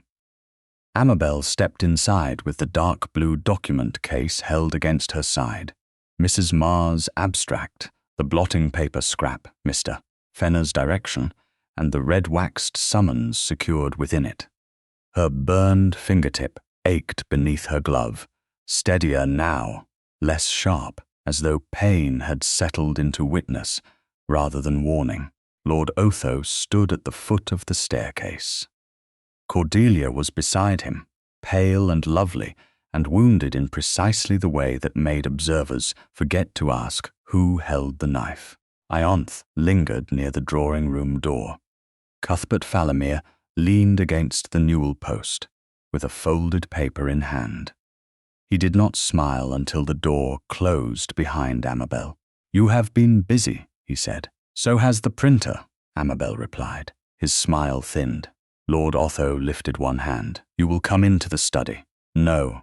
The word came more easily now, not loudly, not rudely, simply whole. Cordelia's eyes widened as if Amabel had struck the banister with a hammer. "You cannot refuse Papa in his own house. I can refuse to be corrected out of sight." Cuthbert unfolded the paper. It was not the gossip sheet. It was a clean half sheet written in a clerk's hand, with a blank line near the bottom and no seal yet applied. "Then let us remain in the hall, if you prefer witnesses. You will sign a renunciation of any claim you imagine yourself to possess, and in return no further mention of this morning's unfortunate spectacle will be encouraged." Amabel looked at the paper, then at him. Encouraged by whom? You are not in a position to ask questions. That position changes whenever someone requires my signature. Ianthe let out a nervous laugh. "Amabel, for once in your life, don't be clever." "For once in my life," Amabel said, "I intend to be clever where it matters." Cordelia moved toward her. "You think the Duke will save you. That is what this is. You stood in public. Let him pity you. Let him touch your hand over that ridiculous burn. And now you believe yourself important." The words struck, but not as they once would have done. They glanced against something Mrs. Marr had restored. Independent household. Separate use, protected portion. A document in the world that understood yours. Amabel felt the shape of her mother's provision inside the case, and beneath it, the shape of a self she had not been allowed to inhabit. "His Grace did not pity me," she said. "That must be difficult for you to understand." Cordelia's face colored. Cuthbert stepped forward. "Enough of this. Sign. I will not." Lord Otho's voice dropped. "If you refuse, every drawing-room in London will know you attempted to steal from your sisters. Every drawing-room in London may already think it. You have seen to that. We can stop it," Cuthbert said. "Today, quietly, sign, and the matter becomes family confusion. Refuse, and it becomes proof of desperation." Amabel looked down at the blank line. Once, a space like that would have commanded her. She would have filled it because peace had seemed kinder than truth. Now she saw blank lines differently. They were invitations to disappear. "No," she said again. "Then you will leave this house under a cloud of your own making," Lord Otho said. A chill moved through the hall. Cordelia drew in a breath but did not protest. Ianthe looked away. Cuthbert folded the renunciation with care. "Think before you ruin yourself." Amabel held the document case tighter. "I have been thinking for 34 years. That is why you find me inconvenient now." She turned and walked past them toward the morning room. Not to hide, but because she needed her cloak, her reticule, and the address of Mr. Fenner, if they intended to make the house a prison of gratitude. she would leave before the bars were named love. She had barely reached the writing table when the door opened behind her. Phineas Mordaunt entered without haste, carrying his hat and gloves, with Lady Beatrice just beyond him in the hall. His face held the controlled severity she had begun to recognize as anger disciplined for her sake. "Lady Amabel, he's Mrs. Ma sent word that you had returned here." Lord Otho followed him in, outraged. "Your Grace, this intrusion is intolerable." "I agree," Phineas said, "which is why I shall keep it brief." His gaze moved to the paper in Cuthbert's hand. "A renunciation." Cuthbert's expression hardened. "A private family instrument. Those have grown remarkably public when used against Lady Amabel." Amabel felt relief rise and resisted it. Relief was dangerous when mistaken for surrender. She opened her document case and withdrew the blotting paper scrap. "I am going to find Mr. Fenner," she said. "Mrs. Ma believes he witnessed the original deed sequence." Phineas looked at the scrap, then at her face. "Good. I have men making inquiries near Gray's Inn." "Your men?"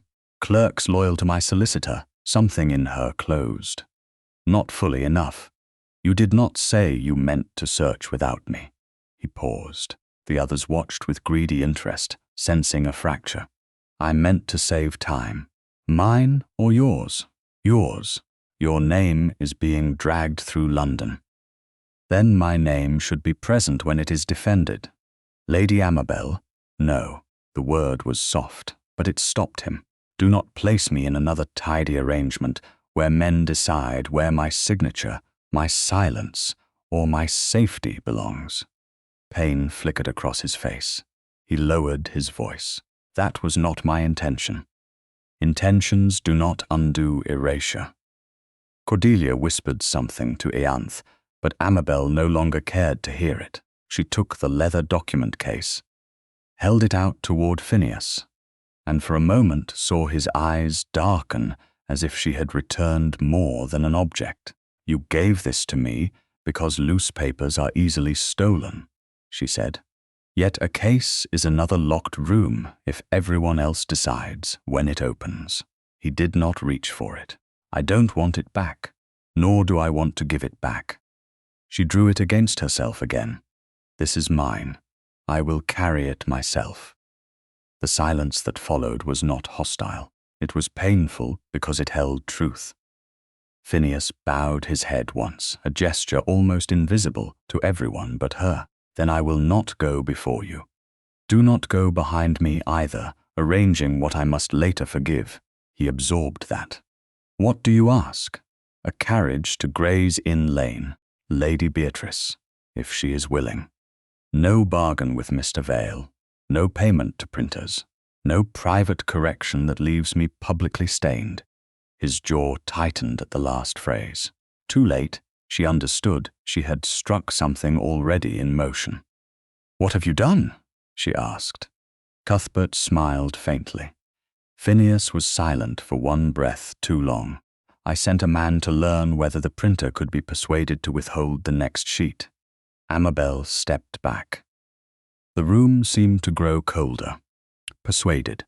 Bought, if necessary. To stop the lie, to prevent its spread.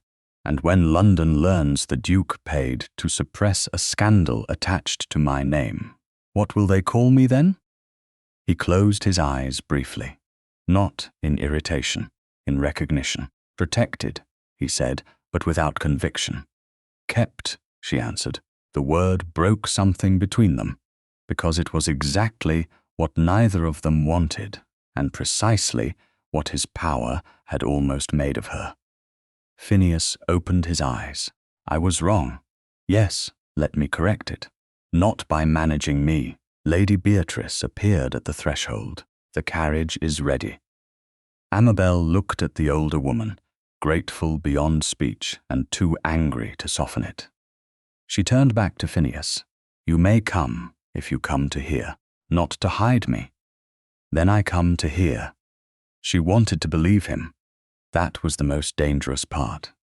She left the room before wanting could weaken judgment. By the time they reached Gray's Inn Lane, the late afternoon had thinned into a grey, smoky light. Mr. Fenner's lodgings stood above a stationer's shop with dusty windows and a crooked sign. The landlady, after one glance at Lady Beatrice and another at the Duke's card, admitted that Mr. Fenner had not returned since morning. His room was neat but hurriedly abandoned. A chair sat overturned. A cup of tea had gone cold. On the small table lay a scrap of blue wax no larger than a pea. Amabel picked it up with a folded handkerchief and placed it in her case. Phineas said nothing. He had learned quickly, or he was trying to. Outside, near the hired coach stand, a boy called to the horses while rain began to spot the stones. Phineas bent and lifted something from beside the curb. A walking stick cracked near the handle. The silver band bore the initials A.F. Abel, Fenner. Amabel looked at it, then at the empty lane. The gossip sheet had not been the only thing sent ahead of them. Someone else was already moving through the evidence, closing doors before she reached them. Phineas held out the stick, not as proof he owned the discovery, but as something she must decide how to read. This time, when their eyes met, neither of them spoke of protection. The word had become too small for what danger now required. The cracked walking stick led them not to an alley, nor to any dramatic violence whispered over by frightened servants, but to a niece who had lied because terror had made loyalty clumsy. The stationer beneath Mr. Fenner's lodgings remembered her, after Lady Beatrice asked, in the tone of a dowager who had never purchased paper in her life but could make a shopkeeper feel personally responsible for England. Miss Clara Fenner, he said, lived 2 streets away above a milliner's workroom, and an older gentleman had gone there in haste before noon, after 2 men asked whether he still kept copies of dead solicitors' books. Amabel heard the words without outward movement. Inside, something tightened, not fear alone, direction. The world had begun offering its evidence in frightened fragments, and she would gather them because no one else had the right to decide which pieces of her life mattered. Rain had slicked the stones. By the time they reached the narrow house where Miss Fenner rented 2 small rooms, Phineas handed Lady Beatrice from the carriage, then turned toward Amabel, but did not offer his hand until she looked at him. It was a small correction, yet she saw it. He saw that she saw it, and neither of them spoke. The maid who admitted them was flustered by rank and nearly dropped the candle. The staircase smelled of damp wool, starch, and heated ribbon. Behind the second door, a woman's voice whispered, "Uncle, don't answer." Amabel stepped forward before Phineas could. "Mr. Fenner," she said through the door, "I am Lady Amabel Kerslake. My mother was Lady Marianne Kerslake. I have her seal ring, and I have been accused by a false impression of it. If you remember her deed, I ask you to let me hear it from your own mouth." There was a long silence. Then a chair scraped. The door opened only a crack. The man who peered out was thin, grey-haired, and shaking so hard the candle in his hand made the shadows leap. His eyes went first to Phineas, then widened with panic. "I won't be dragged before lords. I won't be made to say what powerful gentlemen paid others to forget." Amabel took her mother's seal ring from beneath her cuff and held it up in her palm. "Then say it to me." The old clerk stared at the ring. His mouth trembled. "The broken petal." "Yes." Lady Kerslake laughed over that petal. She said a flawed mark was safer than a perfect one. Mrs. Marr said the same. His face crumpled with recognition and grief. Mrs. Marr kept the abstract then. Bless her. The door opened wider. Miss Clara Fenner, a pale young woman with needle-pricked fingers and anxious eyes, stood behind him. Lady Beatrice seated herself near the window, as if turning a frightened room into a respectable parlour by occupation alone. Phineas remained by the door. He did not remove his coat. He did not make the space his own. Amabel noticed, and the noticing hurt because she was still angry with him. Mr. Fenner lowered himself into a chair, holding the walking stick Phineas had returned to him. "They came yesterday," he said. "One was Lord Fallowmere's man. I knew the livery under the plain coat. The other I did not know. They asked whether I remembered the Kerslake female settlement. I said, old clerks remember nothing useful. They said, useful men could be made comfortable, and inconvenient men could be made accused of theft." Miss Fenner clasped her hands. He hid here because he thought they would come back. "You were not taken?" Amabel asked. "No, my lady. I dropped the stick when I saw them near the coach stand. I left it. I thought, if they believed I had run farther, they might not search Clara's rooms." Relief passed through Amabel so sharply it almost weakened her knees. One danger less.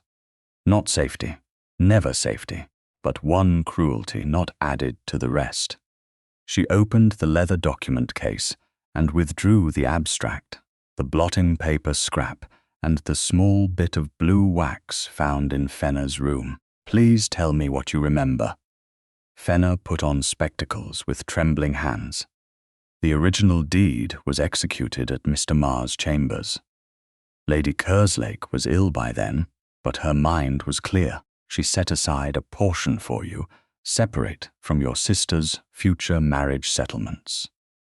It was to be for your own use after 25, not at your father's discretion, not to be folded into another daughter's portion.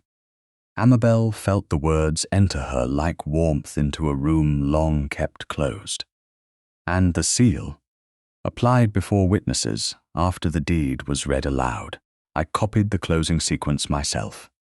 First Lady Kerslake's acknowledgement, then the seal, then Mr. Marr's witness, then mine. No daughter's witness signature was attached to a release because no release existed." Phineas's gaze shifted to Amabel, but he remained silent. She leaned closer. "Did you ever see someone practice the seal?" Fenner's hands tightened around the abstract. "Years later, after Mr. Marr died, Mr. Simeon Vale came to examine old files. He said, 'Lord Kerslake wished to reconcile several family papers. I saw a wax impression on his blotting paper, smooth forget-me-nots. No broken petal. I told him it was wrong. He smiled and said age repaired many things.'" "Was Lord Fallowmere involved?" Amabel asked. Fenner hesitated. Fear returned, quick and grey. Phineas moved then, but only to remove a small parcel from his coat. He placed it on the table near Amabel, not before Fenner. "I found this under the bench beside the hired coach stand after you fled." Amabel unfolded the paper. Inside lay a broken piece of hardened wax, dark blue and moulded in a shallow oval. 3 forget-me-nots rose from it, smooth and perfect. A false matrix, broken at one edge, but enough remained to show its purpose. She looked at Phineas. "You did not tell me." "No." His admission came without defense. "I wanted to be certain before I placed another fear in your hands." The old anger stirred. "My hands already held the fear." "I know." He drew a breath. "And that is what I must say before any more evidence is touched." The room stilled. Lady Beatrice looked down at her folded gloves. Fenner lowered his eyes. Amabel stood with the broken mould between her and the Duke, understanding that this was no longer only about forged papers. Phineas faced her fully. "I tried to buy silence from a printer because I thought speed mattered more than your voice. I told myself I was shielding you. I was managing the weather over your head while you stood in the rain. That was arrogance wearing concern. Worse, it was familiar arrogance. Your family decided what you could bear. I repeated the shape of their offense, even while despising it. Amabel's throat tightened. She had wanted apology. She had not expected one so exact. It gave her no easy place to hide her hurt. "You hurt me," she said. His face changed, not dramatically, but enough. "Yes, not because I thought you cruel, because you thought I might be kind and still erase you." The answer struck too near truth. She looked down at the broken wax mold. "I am tired of being protected from rooms where my own name is spoken. Then I will stand in the room only if you permit it. I will not speak before you. I will not turn your truth into my performance. I ask to stand where you can see me, not where others must look at me instead." Mr. Fenner's old eyes moved between them. Miss Fenner had begun silently crying into her handkerchief. Amabel did not care who watched, not because propriety had ceased to matter, but because this mattered within it. The door was open. Lady Beatrice was present.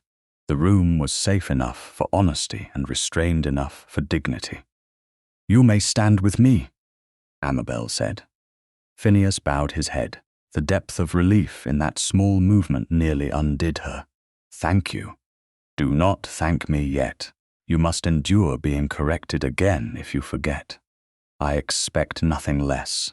A fragile breath of laughter escaped her before she could stop it. It was not happiness. Not yet. It was the first loosening of pain. "My lady, I will testify, but not to a duke, to you. Your mother was particular that your name not be swallowed by larger ones." Amabel closed her fingers around the seal ring. "Then we shall summon them to Lincoln's Inn." "They will deny everything," Miss Fenner whispered. "Let them," Amabel said. "This time the papers will be placed in order." Fenner nodded and signed a short statement in a shaky but legible hand. Amabel placed it in the document case beside the abstract, the blotting scrap, the blue wax residue, and the broken mold Phineas had given into her keeping. The case was heavier now, so was she, but in a different way. Not burdened, anchored. When the statement was secured, the room's urgency faded enough for her to feel the exhaustion beneath it. Her burned fingertip throbbed. Her shoulders had begun to ache from holding herself upright through days of accusation. Phineas saw it. He did not reach for her. "Amabel," he said softly, using her name without title for the first time, then stopping as if he feared the liberty. "Forgive me, Lady Amabel. May I offer you my arm to the carriage?" She looked at him, at the man learning restraint, one difficult choice at a time. "Not yet," she said. He stepped back at once. The obedience was immediate. It was also painful. She had not meant to punish him with the very distance she needed him to respect. She lifted her uninjured hand. "I mean, not the carriage." Understanding entered his eyes slowly. "May I hold you?" he asked very quietly. "Only if you remember I am not breaking." "I know you are not." She crossed the small space herself. That mattered. She stepped into his arms, and he held her as if holding was a vow not to close his hands too tightly. His embrace was warm, still, and careful. No urgency, no claim, only shelter offered after apology, accepted without surrender. Amabel rested her brow for one breath against his coat and let herself be tired where no one would call it weakness. "Your courage," he murmured, "has become the measure by which I judge my own." She closed her eyes. "Then be accurate, Your Grace." His breath moved softly above her hair. "Always, if you teach me how." When she drew back, he let her go before she had fully stepped away, trusting her movement before it finished. That, too, she noticed. That, too, she kept. By evening, the formal notices were written in Amabel's hand and sealed with plain wax, not her mother's ring. Lord Otho Kerslake, Lord and Lady Fallowmere, Lady Ian Yarnton, Mr. Simeon Vale, Lady Isauria Vale, Mrs. Marr, Mr. Fenner, and neutral solicitors were summoned to a reading room at Lincoln's Inn. Amabel sanded the last notice, closed the document case, and looked at the Duke. "Now," she said, "let us see who fears a room where every paper is read aloud."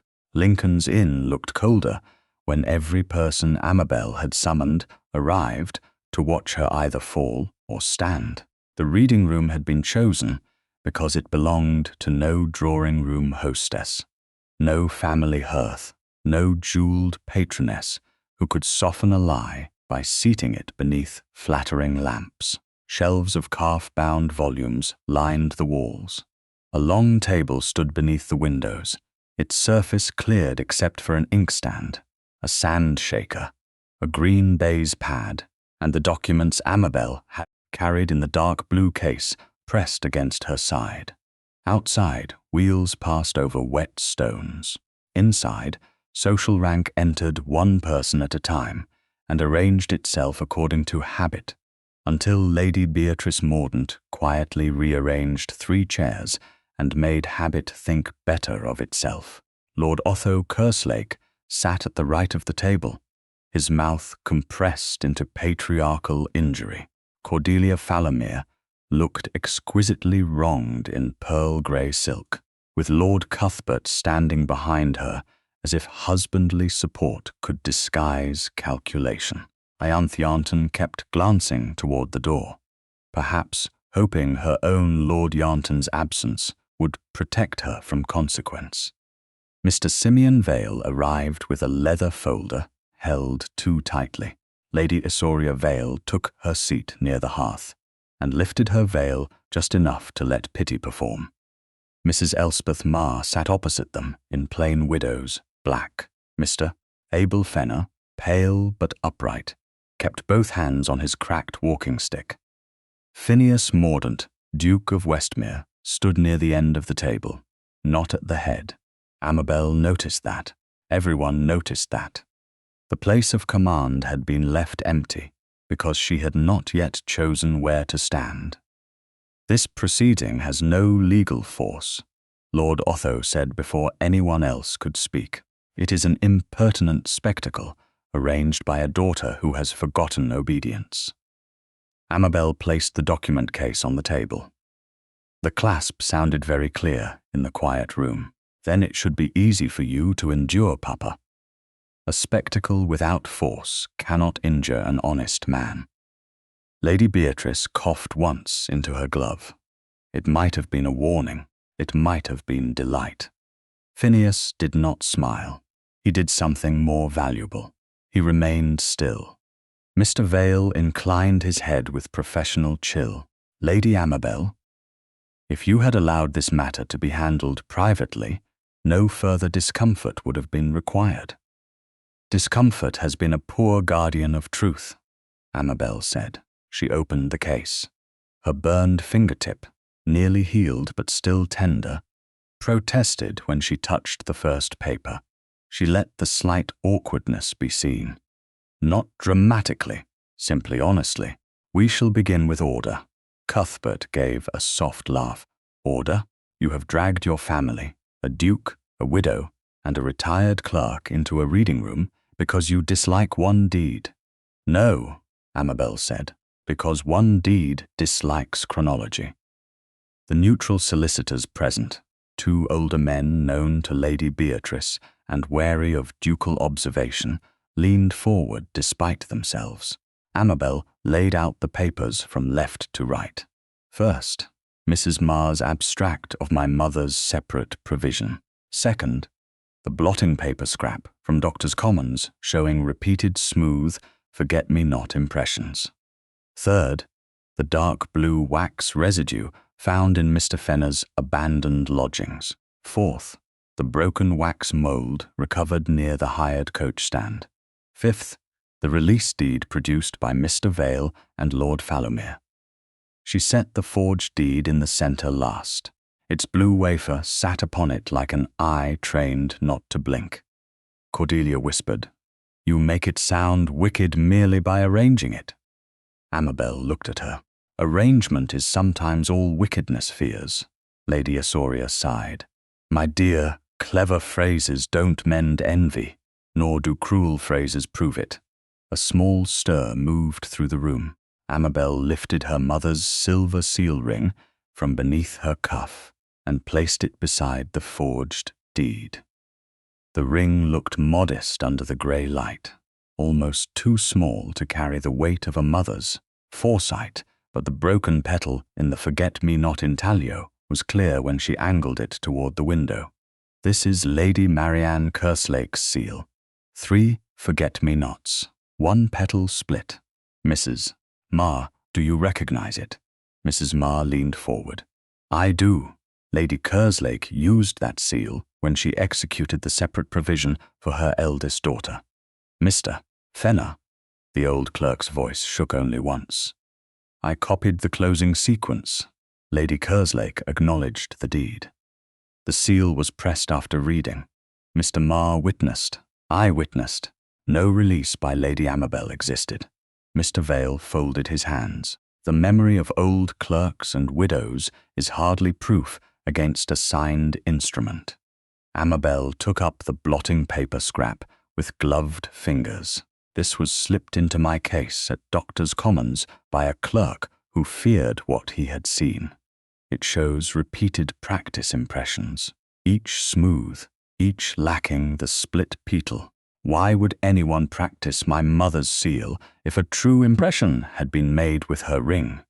Mr. Vale's gaze flicked toward Fenner, then away. Clerk's test wafers. With dead ladies' seals, Phineas spoke for the first time, low and controlled. Then he stopped, as if remembering his promise. Amabel felt his restraint like a hand offered but not imposed. She glanced toward him. For one brief moment, her courage wavered, not because she lacked it, but because strength grows tired when it must keep proving itself. She reached out and touched his sleeve, only once, with the backs of her fingers. It was not a plea for rescue. It was a quiet acknowledgement that he was there. His eyes lowered to her hand, then returned to her face. He did not cover her fingers. He did not turn the gesture into a claim. He simply stood steadier, and she withdrew when she was ready. Lady Asoria saw the touch and smiled with poisonous softness. How touching. One begins to understand why Lady Amabel resists a document that would leave her dependent upon ordinary family kindness, instead of extraordinary ducal attention. Amabel turned the full force of her gaze upon the widow. Lady Asoria, I was accused before the Duke knew my name. Your insinuation arrives late and badly dressed. A neutral solicitor covered his mouth. Cordelia's face flushed with fury. Cuthbert stepped forward. Enough. You are entertaining the room at the expense of your sister's marriages. My sister's marriages seem remarkably dependent upon papers I was not allowed to read. Amabel placed the forged release beside the abstract. This release claims that I acknowledged no separate portion existed. Yet the abstract says the opposite. This release carries a smooth seal where the true ring is flawed. This release places my supposed witness signature after the seal, though Mr. Fenner states that the original sequence required no such signature. Mr. Vale, explain that order. Mr. Vale's face had gone very still. Copies are sometimes prepared from notes. Then produce the notes. They are not here. Convenient absence is not evidence. Lord Otho struck the table with his palm. The sound cracked through the room. You will not speak to a solicitor as though you are his examiner. Amabel faced him. This was harder than facing strangers. Strangers had not held her childhood in their hands and called it duty. You told me Mamma's settlement was lost. His jaw tightened. Old papers were misplaced. But Mr. Vale was able to produce a release from those same old matters when my sister's portions required it. Cordelia rose halfway. You are making us look grasping. No, Amabel said. I am asking whether you were. Ianthe made a small sound. Cordelia sat as if her knees had failed, but Cuthbert put a hand on her shoulder, not tenderly, a possession steadying its display. Mr. Fenner shifted in his chair. "There is more, my lady." Every face turned to him. Fear passed over him, but he looked at Amabel, not the Duke, and continued. When Mr. Vale came after Mr. Mar's death, he asked particularly whether Lady Kerslake's seal flaw was remarked in the margin. I told him no margin note existed. He said memory was unreliable, but I remember Lord Falomere waiting in the outer office that day. He wore a driving coat and owed money to the man who came with him. Cuthbert's hand dropped from Cordelia's shoulder. "Lies from an old clerk. Names can be checked," Amabel said. "Dates can be checked. Debts can be checked." Phineas looked at Cuthbert then, and though he said nothing, the room seemed to remember he could ruin men with inquiries delivered before supper. Mr. Vale attempted a final recovery. Even if some irregularity exists in the seal, the signature remains Lady Amabel's, unless she wishes to declare her own hand false whenever it proves inconvenient. "I declare nothing false, merely because it is inconvenient," Amabel said. "I declare this sequence impossible because it asks me to witness a surrender before I knew a protected portion existed." She leaned over the deed, her voice calm enough that every word carried. "Explain why my signature appears after a seal I never applied, on a release I never read, concerning a portion my father told me was lost." Mr. Vale opened his mouth. No answer came. The silence was the first public witness that did not need ink. Lady Beatrice sat back. Mrs. Mar closed her eyes. Fenner's hands steadied on his walking stick. Lord Otho looked suddenly older, not repentant, only exposed. Cordelia's beauty had become brittle. Ianthe stared at Amabel with something like fear and something like recognition. For the first time, the room was not asking whether Amabel had imagined her injury. It was asking who had profited from it. Then Cuthbert smiled. Slowly, thinly, "Very accomplished," he said. From inside his coat, he drew a folded paper tied with narrow tape. "But if Lady Amabel is so devoted to sequence, let her examine this." Phineas straightened. Amabel felt the warning in him before she understood it herself. Cuthbert laid the paper on the table as though playing the winning card in a private hell. "A renunciation," he said, "signed in her own hand. Let her deny this, if she can." The folded renunciation lay upon the green baize like a blade wrapped in ribbon. For one breath, no one in the reading room moved. Lord Cuthbert Falomere's smile held with the thin confidence of a man who believed he had saved himself by keeping one lie in reserve. Cordelia's face had gone white beneath its pearl-grey elegance. Ianthe stared at the paper as if it might open and swallow every comfortable excuse she had ever made. Mr. Simeon Vale lowered his eyes, and that single movement told Amabel more than protest could have done. He knew the paper. He knew its weakness. He feared whether she would find it. Amabel looked at the renunciation, then at the seal ring beside her hand. Her mother's flawed forget-me, not caught the pale window light. A petal split, an imperfection that had outlived 14 years of silence. "Open it," she said. Cuthbert's smile flickered. "With pleasure." He untied the tape and spread the sheet before the witnesses. There, near the bottom, stood her name. Lady Amabel Kerslake. The hand was more convincing than the signature on the release. The A curved almost perfectly. The K descended with her own sharpness. For an instant, the room blurred at the edges. There was a peculiar horror in seeing oneself counterfeited by someone patient. It was not merely fraud. It was intimacy stolen.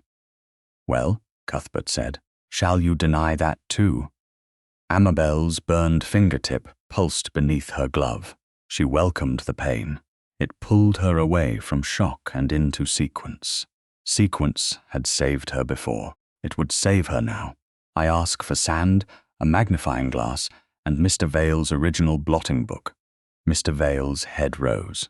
My blotting book is not relevant. Then you will not mind its relevance being disproved. Lady Beatrice's voice cut in, elegant and merciless. Mr. Vale, produce it. The neutral solicitors exchanged a glance. One of them nodded toward the junior clerk, who hurried to fetch the heavy blotting book from the folder Mr. Vale had tried to keep closed. Phineas stood near Amabel's left shoulder, silent as he had promised. She felt the force of him there, not speaking for her, not saving her from the moment, holding the room open by the sheer restraint of a man who could have crushed it with rank and chose not to. The clerk set down sand and a small magnifying lens. Amabel dusted the renunciation lightly, then bent over it. This signature was not written freely across the page.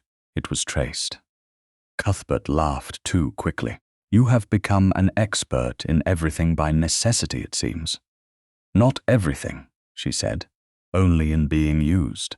A quiet sound moved through the room and died. She placed beside the renunciation an old letter from her own document case, one she had written years earlier arranging Cordelia's wedding breakfast. Mrs. Ma had found the copy among Lady Kerslake's preserved papers, and Amabel had kept it because grief, like law, sometimes understood the value of old ink. This letter contains the phrase, "I remain, Lady Amabel Kerslake." See the capital A, see the long descent of the K. Whoever traced this renunciation took the signature from here, but failed to copy the pressure where my pen lifted before Kerslake. One neutral solicitor leaned close with the lens. His expression shifted. There is hesitation in the ink line. The other solicitor examined it, and a tremor at the join, not natural to the hand. Mr. Vale's lips compressed. Amabel turned the blotting book toward him. The renunciation also uses the phrase, "My willing surrender, Mrs. Ma, did my mother ever allow such language in instruments concerning separate provision?" Mrs. Ma's answer came clear and fierce. Never. Lady Kerslake detested surrender language. She made Mr. Ma strike it from a draft once, saying, no daughter of hers should be taught to call theft willingness. Lord Otho flinched then, the first honest movement he had made. Amabel looked at him, but did not stop. Mr. Fenner, was any renunciation included in the original closing sequence? The old clerk gripped his walking stick. No, my lady, the renunciation was inserted later. I can see it in Mr. Vale's numbers. The sheet bears a secondary mark, not the original sequence. That is enough, Simeon Vale said suddenly. His voice cracked on the last word. Everyone turned. He had aged in the space of an hour. The careful cuffs, the professional sorrow, the cool management of women's reputations, all of it seemed to sag under the weight of paper placed in order. Enough, he said again. Lord Falomir paid me to prepare the release. He needed the portion drawn into the sisters' amended settlements. His debts were pressing. Lord Kerslake had concealed the old provisions so long that he thought no one would ask after it. The renunciation was Lord Falomir's idea after Lady Amabel refused to be quiet. Cuthbert lunged a step forward, then stopped when Phineas moved only his eyes. The Duke did not touch him. He did not need to. You crawling wretch, Cuthbert hissed. You took the money. And you supplied the old letter for the tracing, Vale said, desperation turning traitor into witness. Cordelia gave a broken cry. Cuthbert, he rounded on her, you knew enough. Her lips parted. Tears rose at last, real and useless. I knew Amabel's portion might reduce what Papa could spare us. I knew it was unfair that she, who had no husband, should still have money settled apart. I didn't know how far you would go. Ianthe covered her mouth. We let it happen, she whispered. We let everyone need her at home. If she had means, she might have left us. Lord Otho sat heavily. The authority had gone from him, leaving only a tired, angry man exposed before his daughter. Amabel waited for him to look at her. When he did, she saw not remorse but defeat, and she accepted that truth too. You told me Mamma's settlement was lost, she said. I told myself it was better unused, he replied, voice rough. You were needed. No, Amabel said. I was convenient. The words finished something. Not all the pain, not years of silence, but the lie that had named itself family duty. The room no longer looked at her as a spinster grasping at fortune. It looked at her as a woman whose name had survived every hand that tried to copy it. Then Phineas stepped forward. He did not take the head of the table. He did not raise his voice. Instead, before Lord Otho, before Cordelia and Ianthe, before the solicitors and clerks, and Lady Isoria's ruined pity, the Duke of Westmere lowered himself to one knee beside the table where Amabel's seal ring lay. A shock went through the room, quieter than the first time but deeper. This time no one laughed. He placed the ring between them. Not in his possession, not in hers alone, but in the open where all could see the split petal. Lady Amabel, he said, I will not make your vindication another claim upon you. I will not ask gratitude to dress itself as affection. If you choose me, let it be because your heart is free. Her breath trembled. There were so many watching faces. Yet the moment felt stripped of performance because he had placed power down at her feet and asked for nothing he could enforce. I will allow you to court me, she said. Her voice steadied as she spoke. Not because you knelt. Not because you defended me. Because when you were wrong, you heard me. And because I wish to know the man who can kneel without making a woman smaller. Something changed in his face, then, something no courtroom, drawing room, or title could command. Hope, carefully held, but unmistakable. The consequences began before the hour ended. Mr. Vale's confession was written and witnessed. Cuthbert was ordered to answer his creditors without access to Kerslake funds. Cordelia sat silent, stripped of the luxury of wounded innocence. Ianthe wept quietly, perhaps for Amabel, perhaps for herself. Lady Isoria slipped away before anyone could accuse her publicly, but not before Lady Beatrice said, Madam, even pity requires better evidence than you possessed. Later, at Westmere House, with the map room door open and Lady Beatrice seated, within sight near the corridor, Amabel stood beside a table spread with county maps and clean paper. The storm of the reading room had left her hollow and clear. Phineas stood a respectful distance away. May I ask you something entirely for myself? He said. Yes. May I kiss you? The question did not startle her as much as the fact that she was not afraid of it. She looked at the open door, at the space between them, at the man who had learned that permission was not a courtesy but a foundation. Yes, she said. Then she stepped forward and closed the last inch herself. His kiss was gentle, reverent, and brief enough to remain a promise rather than a claim. When he drew back, he did so before she had to ask. I love you, Amabel, he said, his voice low and unguarded. Not because you were wronged, but because you are brave, exacting, tender, and entirely yourself. Tears came then, quiet and free. I love you, Phineas, she said. I choose you freely, and I will not hide behind your name or beneath it. He took her hand only after she offered it. Beyond the open door, Lady Beatrice turned a page with unnecessary firmness and pretended not to hear the sound of two people, finding, after justice, the courage to be tender. 3 weeks after the reading room at Lincoln's Inn, London had learned a quieter vocabulary for Lady Amabel Kerslake. It no longer said spinster with the same careless appetite. It no longer repeated the gossip sheet, without first glancing over its shoulder to discover who might be listening. Truth, once witnessed by solicitors, widows, clerks, and a duke who had refused to become the evidence instead of the witness, had travelled differently from scandal, more slowly perhaps, but with firmer shoes. Mr. Simeon Vale's confession had closed several fashionable doors before the ink was dry. Clients, who once praised his discretion, now remembered urgent business elsewhere.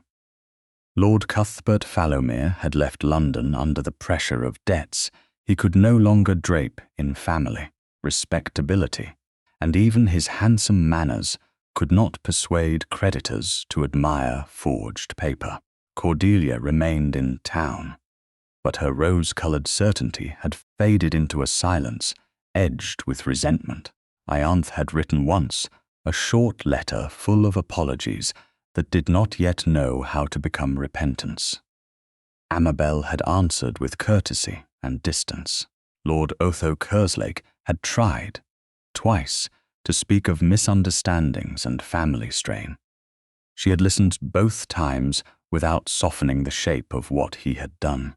On the third visit, when he asked whether she might still help settle certain household accounts, she had said, "No, Papa, you taught me the danger of being useful without being honoured." He had gone away, looking not forgiven, and perhaps, for the first time, not obeyed. Now she stood in the map room at Westmere House, where afternoon light fell across county maps, polished instruments, and a writing desk cleared for her use. The room smelled of leather, beeswax, and rain drying from the garden beyond the windows. Lady Beatrice sat just outside the open door, with a book open on her lap, and the unmistakable air of a chaperone who would notice impropriety only if forced to abandon a very interesting chapter. A neutral solicitor arranged the final papers, then stepped back with a bow. The restored portion had been placed into a protective settlement for Amabel's separate use. Not under her father, not folded into Cordelia's comfort or Ianthe's household, not dependent upon a future husband's generosity. Hers. If she married, it would remain secured to her. If she did not, it would still remain secured to her. The words were old-fashioned, formal, and full of a freedom so practical that it nearly made her weep. Phineas Mordaunt stood at the far side of the desk, not beside the ink, not in command of the papers, but near enough that she could look up and find him. When the room grew too full of memory, he had kept his promise during the weeks of correction. He had not courted her as if justice were a debt he expected repaid in affection. He had called properly, walked with her under Lady Beatrice's stern supervision, sent no extravagant jewels, and asked her opinions on matters other people had once thought too large for unmarried women and too dull for beautiful ones. Yesterday, when a patroness tried to congratulate him for rescuing a deserving lady, Phineas had answered, "Lady Amabel rescued her own name. I had the honour of standing where she permitted me." Amabel had not thanked him for it. She had taken his arm afterward, which seemed to please him more. "The settlement is ready, my lady," the solicitor said. Amabel sat. The chair was not at the end of someone else's table. It had been placed in the centre of the writing desk, with the papers squared before her and the inkstand within easy reach. Such little arrangements ought not to have mattered. They did. She removed her right glove. The burn on her fingertip had faded to a faint pink tenderness, visible only when the light caught it. Phineas saw it, because he saw such things but he did not reach for her hand. Not yet. She took up the pen and signed her name. Lady Amabel Kerslake. The letters flowed in her own pressure, her own rhythm, her own living hand. No tremor at the join, no traced hesitation, no false surrender pretending to be willingness. The solicitor sanded the signature and turned the final page toward her. The seal, my lady. Amabel drew the silver ring from its ribbon beneath her cuff. For a moment, she held it in her palm, feeling the softened edges her mother had touched, the small oval of 3 forget-me-nots, the split petal that had remembered truth when people had not. Phineas stepped forward then, only far enough to light the small taper. He held it steady while she warmed the blue wax. It was a paler blue than the forged wafers had been, almost grey in the afternoon light. The color her mother had preferred. When the wax softened, Amabel let 1 drop fall beside her signature. She pressed the seal ring into it with care. For 1 breath, the room waited. Then she lifted the ring. The impression remained clear. 3 forget-me-nots, 1 petal split. The floor looked no longer like damage. It looked like identity. Lady Beatrice made a small sound outside the door and turned a page she had not been reading. The solicitor bowed. "It is done, Lady Amabel. Done. Not ended exactly. Some wounds did not close because paper said they ought to, but the portion was restored. The lie was answered. The name was hers." The solicitor gathered his copies and withdrew with the tact of a man paid enough to understand when history no longer required his presence. Lady Beatrice followed him into the corridor, announcing that she needed to discuss a point of tea with the housekeeper, though the door remained open, and her grey skirts were still visible from the hall. Amabel looked at the sealed paper. "I thought I would feel triumphant." Phineas came to stand beside the desk, leaving space between them. "And do you?" "No." She touched the edge of the document. "I feel tired and sad and very young in places I thought had grown old."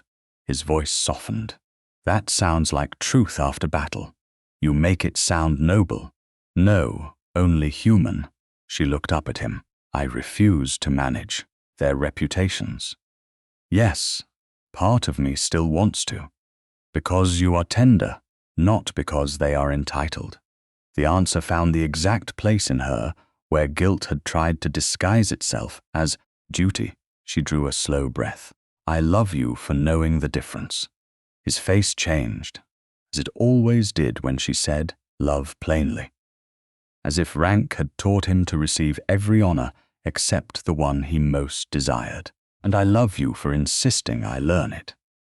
He reached into his coat and withdrew a small velvet box, then set it on the desk beside her mother's seal ring. He did not open it at once. "This is not a claim," he said. "It is a question I have no wish to rush, though every selfish part of me would be glad of haste. May I ask it?"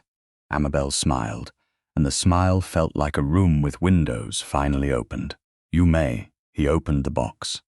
The ring inside was not ostentatious. A clear stone caught the light, set in gold with tiny engraved leaves along the band. Beautiful, but not louder than the silver seal ring beside it. Then Phineas did what had once silenced a room full of cruel people and now quieted only her heart. He lowered himself to one knee beside the writing desk. Not in public correction, not before enemies. Privately, with the door open, the settlement drying, and her own name already secured before his was offered. "Amabel," he said, "will you permit me to court you toward marriage, openly, faithfully, and with the understanding that your no will always remain a word I honor?" Her eyes stung. "That is not how proposals are usually made. I have little interest in usual proposals if they forget to leave room for the ladies' freedom." She held out her hand. "Then yes, I will permit you. and I will do more than permit you, Phineas. I will choose you." He slid the betrothal ring onto her finger, only after she inclined her hand toward him. Then he bowed his head and kissed her fingers, once, softly, just above the fading mark the wax had left. The tenderness of it moved through her with such quiet force that she reached for his hand and held it before he could rise. "Stay there a moment," she whispered. "Of course. I want to remember this properly." His thumb rested still against her fingers. "What will you remember? That the first ring gave me back my name. The second did not take it away." He rose then, slowly, and she stood with him. The two rings lay visible in the room's fading light, one silver seal ring resting beside the drying blue wax, one betrothal ring warm upon her hand. Phineas drew her close, only after she stepped toward him. His arms came around her with the restraint she trusted and the tenderness she had chosen. She leaned into him, no longer tired of standing, only grateful to have somewhere she could rest without disappearing. At the desk, the settlement waited with her signature beneath the flawed forget-me-not. Beside it, the seal ring and the new ring caught the same light, neither covering the other. Amabel looked at them and felt at last not left over, not useful, not hidden, loved, free, and named by her own hand.